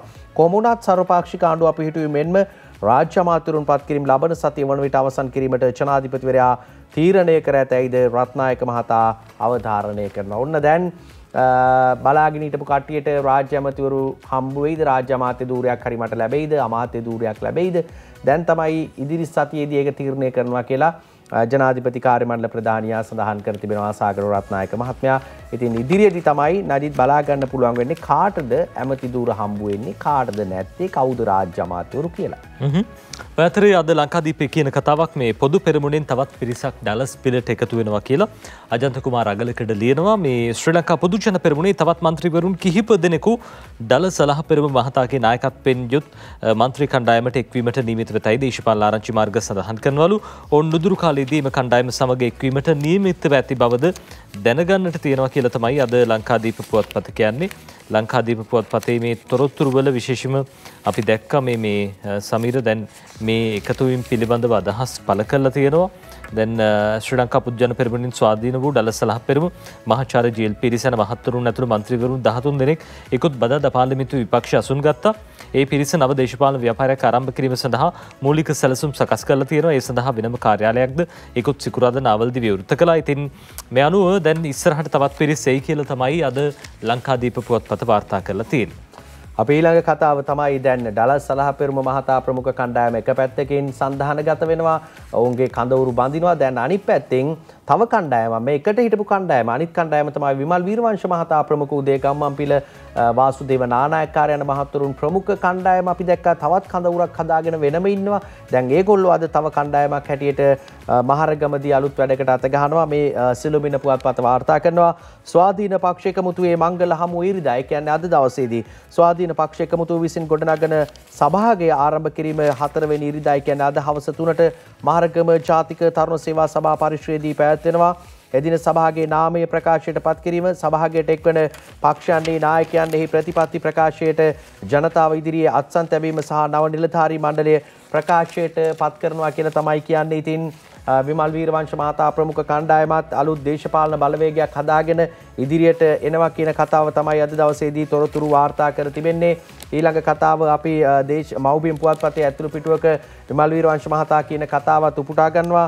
අපි ආණ්ඩු බලය ඉල්ලනවා, ජනාධිපති ක්‍රමයේ ඒ විදි තිබුණොත් අපි ජනාධිපති බලයත් ඉල්ලනවා කියලා තමයි හිටපු අමාත්‍යවරයා පාර්ලිමේන්තු මන්ත්‍රී ජාතික නිදහස් පෙරමුණේ නායක විමල් වීරවංශ මහතා කියලා තියෙන්නේ. උත්තර සභාවේ ඉදිරියේදී සන්ධානයක් විදියට ගොඩ නැගෙනවලු.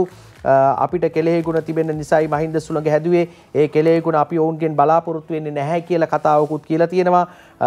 මේ සියලු කතා ASCII තමයි ඔහු සඳහන් කරන්නේ ඊළඟට අපි ආණ්ඩු බලය ඉල්ල ගන්නවා, ජනාධිපති ක්‍රමයේ වෙදී තිබුණොත් අපි ජනාධිපති බලයත් ඉල්ලනවා කියලා තමයි කියන්නේ. ඉතින් ඇමතිකම් ගන්න කියලා ගිය සතියෙන් සතිය විමල් වීරවංශ මහත්තයාට ආරාධනා ලැබෙනවලු.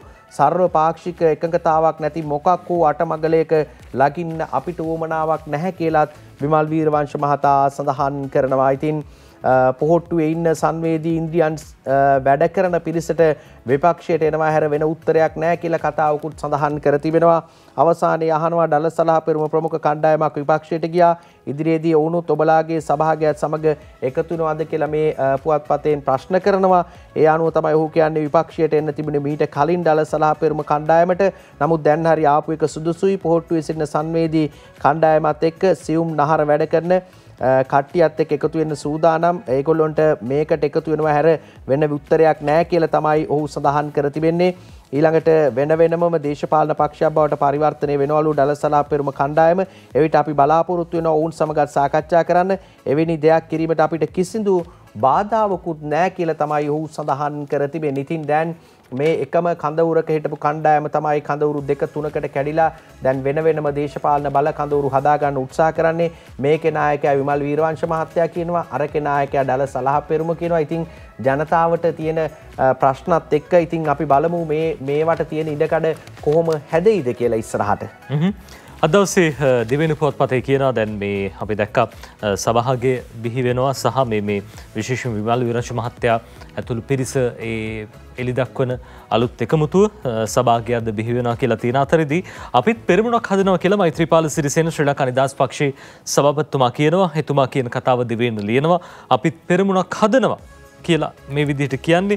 අර්බුදයේ විසඳීමේ මුවාවෙන් සිදුවීමට නියමිත රාජ්‍ය ව්‍යවසාය දේපල බිකිනි මහා අත්නොමතික අවිද්‍යාත්මක ප්‍රතිව්‍යුහගත කිරීම හේතුවෙන් අගතියට පත්වන පාර්ශවය සමගින් පුළුල් ජනතාවාදී බලවේගයක් ඒ කියන්නේ පෙරමුණක් ගොඩනැගීමට කටයුතු කරනවා කියලා මෛත්‍රීපාල සිරිසේන මහත්තයා කියලා තිනවා.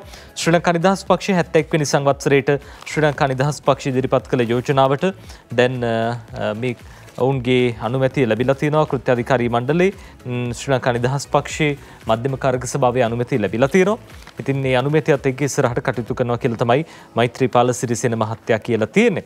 දැන් ඔය අතරදී අපි දැක්ක මේ විශේෂයෙන්ම ලංකාදීප පුවත්පතත් වාර්තා කරන තොරතුරක් තියෙනවා. ඒ අතරදී ලංකාදීපේ කියන තවත් කතාවක් තමයි සමීර මේ දැන් රාජ්‍ය අමාත්‍යවරුන් කැබිනට් අමාත්‍යවරුන් පත් කිරීම පිළිබඳව බොහෝ දෙනෙක් බලාගෙන ඉන්නවා. අද දවසේ ලංකාදීප පුවත්පත කියනවා රාජ්‍ය අමාත්‍යවරුන් පත් කිරීම දැන් හෙට සිද්ධ වෙනවා කියලා.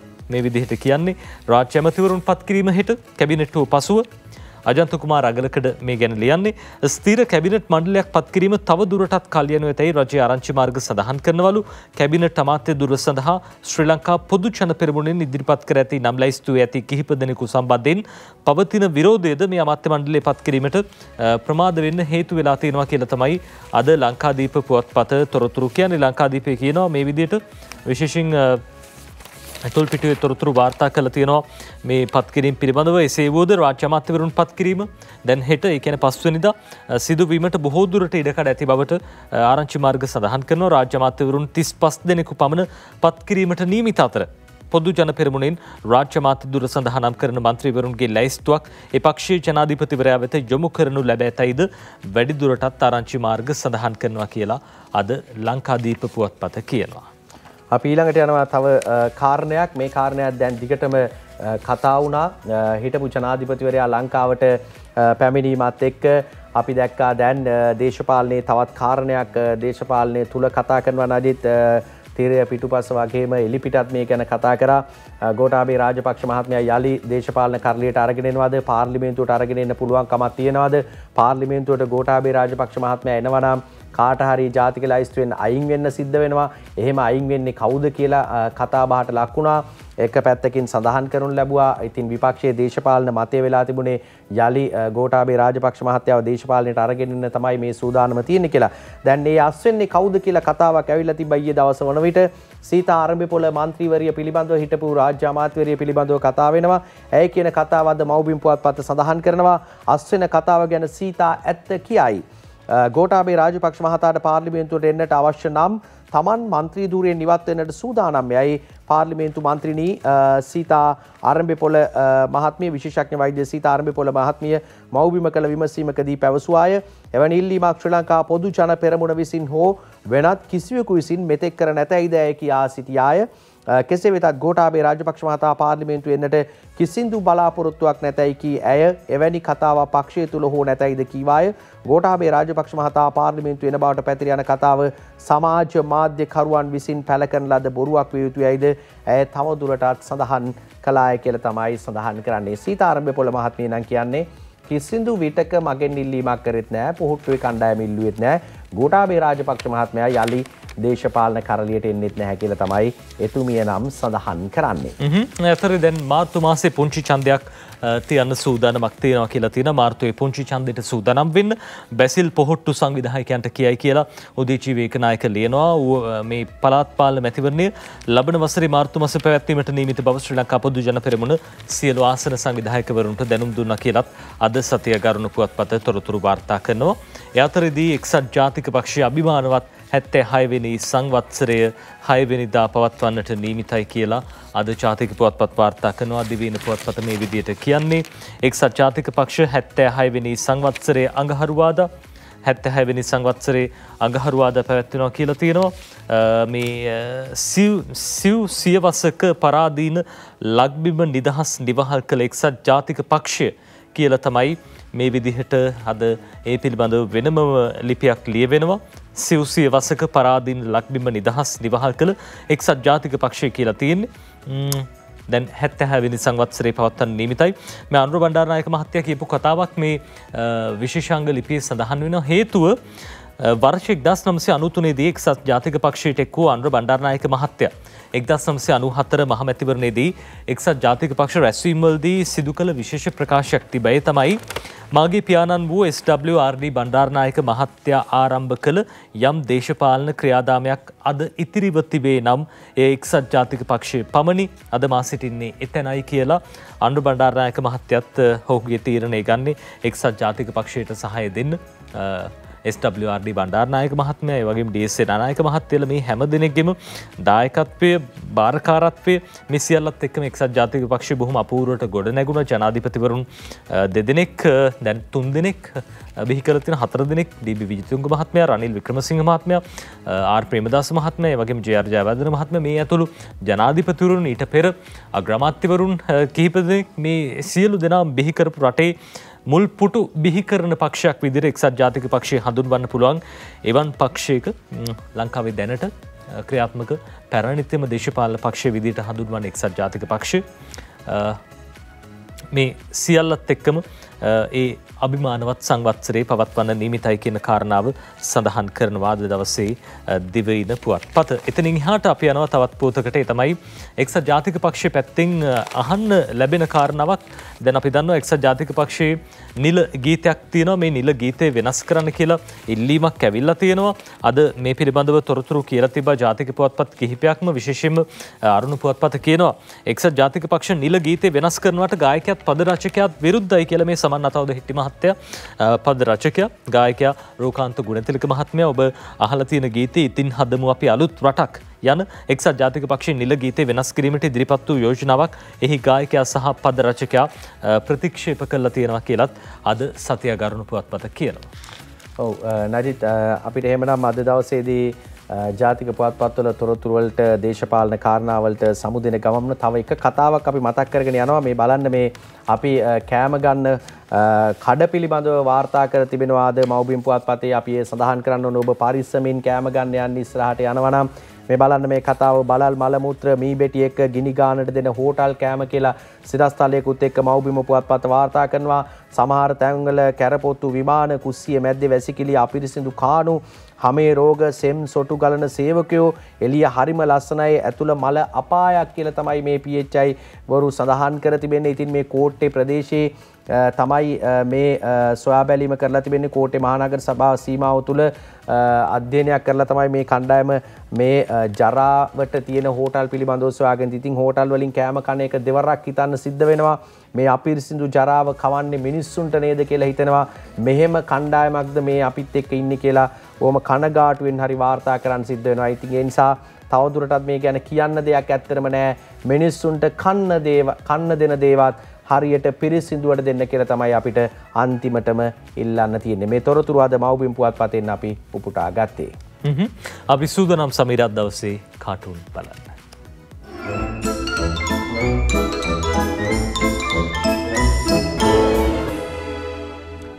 අපි කාටුන් බලමු අසංග ඉදුනිල්ගේ සොරිසර් කාටුනෙන් දේශීය පුවත්පත රඳින්නේ. මේ බලන්න සර් කෙනෙකුයි සාමාන්‍ය මිනිස්සෙක් වගේ මේ ඇගේ සයිස් එකම හිතා ගන්න පුළුවන් සර් කෙනෙකුයි රටේ සාමාන්‍ය මිනිස්සෙකුයි කියලා. තෙල් හිඟයක් නැහැ කියලා සංස්ථාව කියනවා. තෙල් හිඟයක් නැහැ කියලා සංස්ථාව කියනවා. හරි ඉතින් හිඟේ තියෙන්නේ ෂෙඩ් වලනේ. සංස්ථාවේ තෙල් තිබ්බට ෂෙඩ් වල නම් තෙල් නැහැ කියලා තමයි කියන්නේ.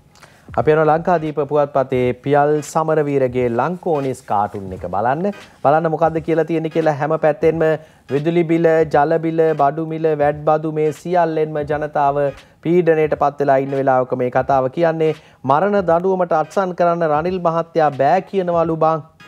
එතකොට අපිට මේ දීලා තියෙන නොමරා මරණ දඬුවම ගැන මොකවත් කියන්නේ නැද්ද බං කියලා අනිත් කෙනා අහනවා. මේ සතිය ගරුණු පුවත්පතේ හසන්ත විජේනායක අදින හුරේරා කාටුනේ බලන්න මේ මෛත්‍රී පුතාට ආසන සංවිධායක දුරයක් දීලා මෛත්‍රී පුතාට ආසන සංවිධායක දුරයක් දීලා ඒ වුණාට ඒක පවුල් පාලනය වෙන්න විදියක් නැහැ කියලා තමයි කියන්නේ. මේ ඉරිදා මව්බිම පුවත්පතේ අදින MD වීරරත්න කාටුන් එක බලන්න මේ දෙන්නගේ කතාව. මේ ගෙදර දෙන්නේ කතා කරන්නේ රට බංකොලොත් කළේ මහජන නියෝජිතයන් නෙවෙයි කියලා වජිර අබේවර්ධන කියනවා. ඔව් ඉතින් උන්ට මහජන නියෝජිතයෝ කියන්න බෑ තමා කියලා ගෙදර උන් දැකියනවා. අපි මේ කවියත් එක්කම අදට කාටුන් අවසන් කරනවා. කාටුන් එක්කම පත්‍රමේන්තුවත් අවසන් කරන දවසේ පද 4 කවිය මහ බැංකුවේ ලොක්කා සභයට ගෙන්නා මහජන නියෝජිතයෙක් නොබැනම බැන්නා. අරුබුද හැදූ අය සිටියේදී රට දන්නා විසඳිය හැකිද ගැටලුව නාටක පෙන්නා කියලා විදුර අබේනායක දවසේ පද 4 විදිහට ලියනවා. එක එක නාටක පෙන්නලා මේ රටේ ගැටලු විසඳන්න බැහැ. රටේ ගැටලු හරියට විසඳන්න ඕනේ. එහෙම වුණොත් රට ඉස්සරහට යයි. එහෙම ඉස්සරහට යන රටක අපි බලාපොරොත්තු තියාගෙන ජීවත් වෙමු. අපි සූදානම් අදට ඔබේ නිවසින් සමු අරන් යන්න. සමීර. ඔව් නඩිත් අපි සමුගන්නා මොහොතේ යලි සඳහන් කරමු. අද දවසේදී රාත්‍රියේ වසන්තම් ටීවී ඔස්සේ ආසියානු කුසලානේ නරඹන්න කියන ආරාධනාවත් එක්ක ජයග්‍රාහී වාසනාවන්ත සතියන්තයක් ප්‍රාර්ථනා කරමින් අපි සමුගන්නේ. ආයුබෝවන්.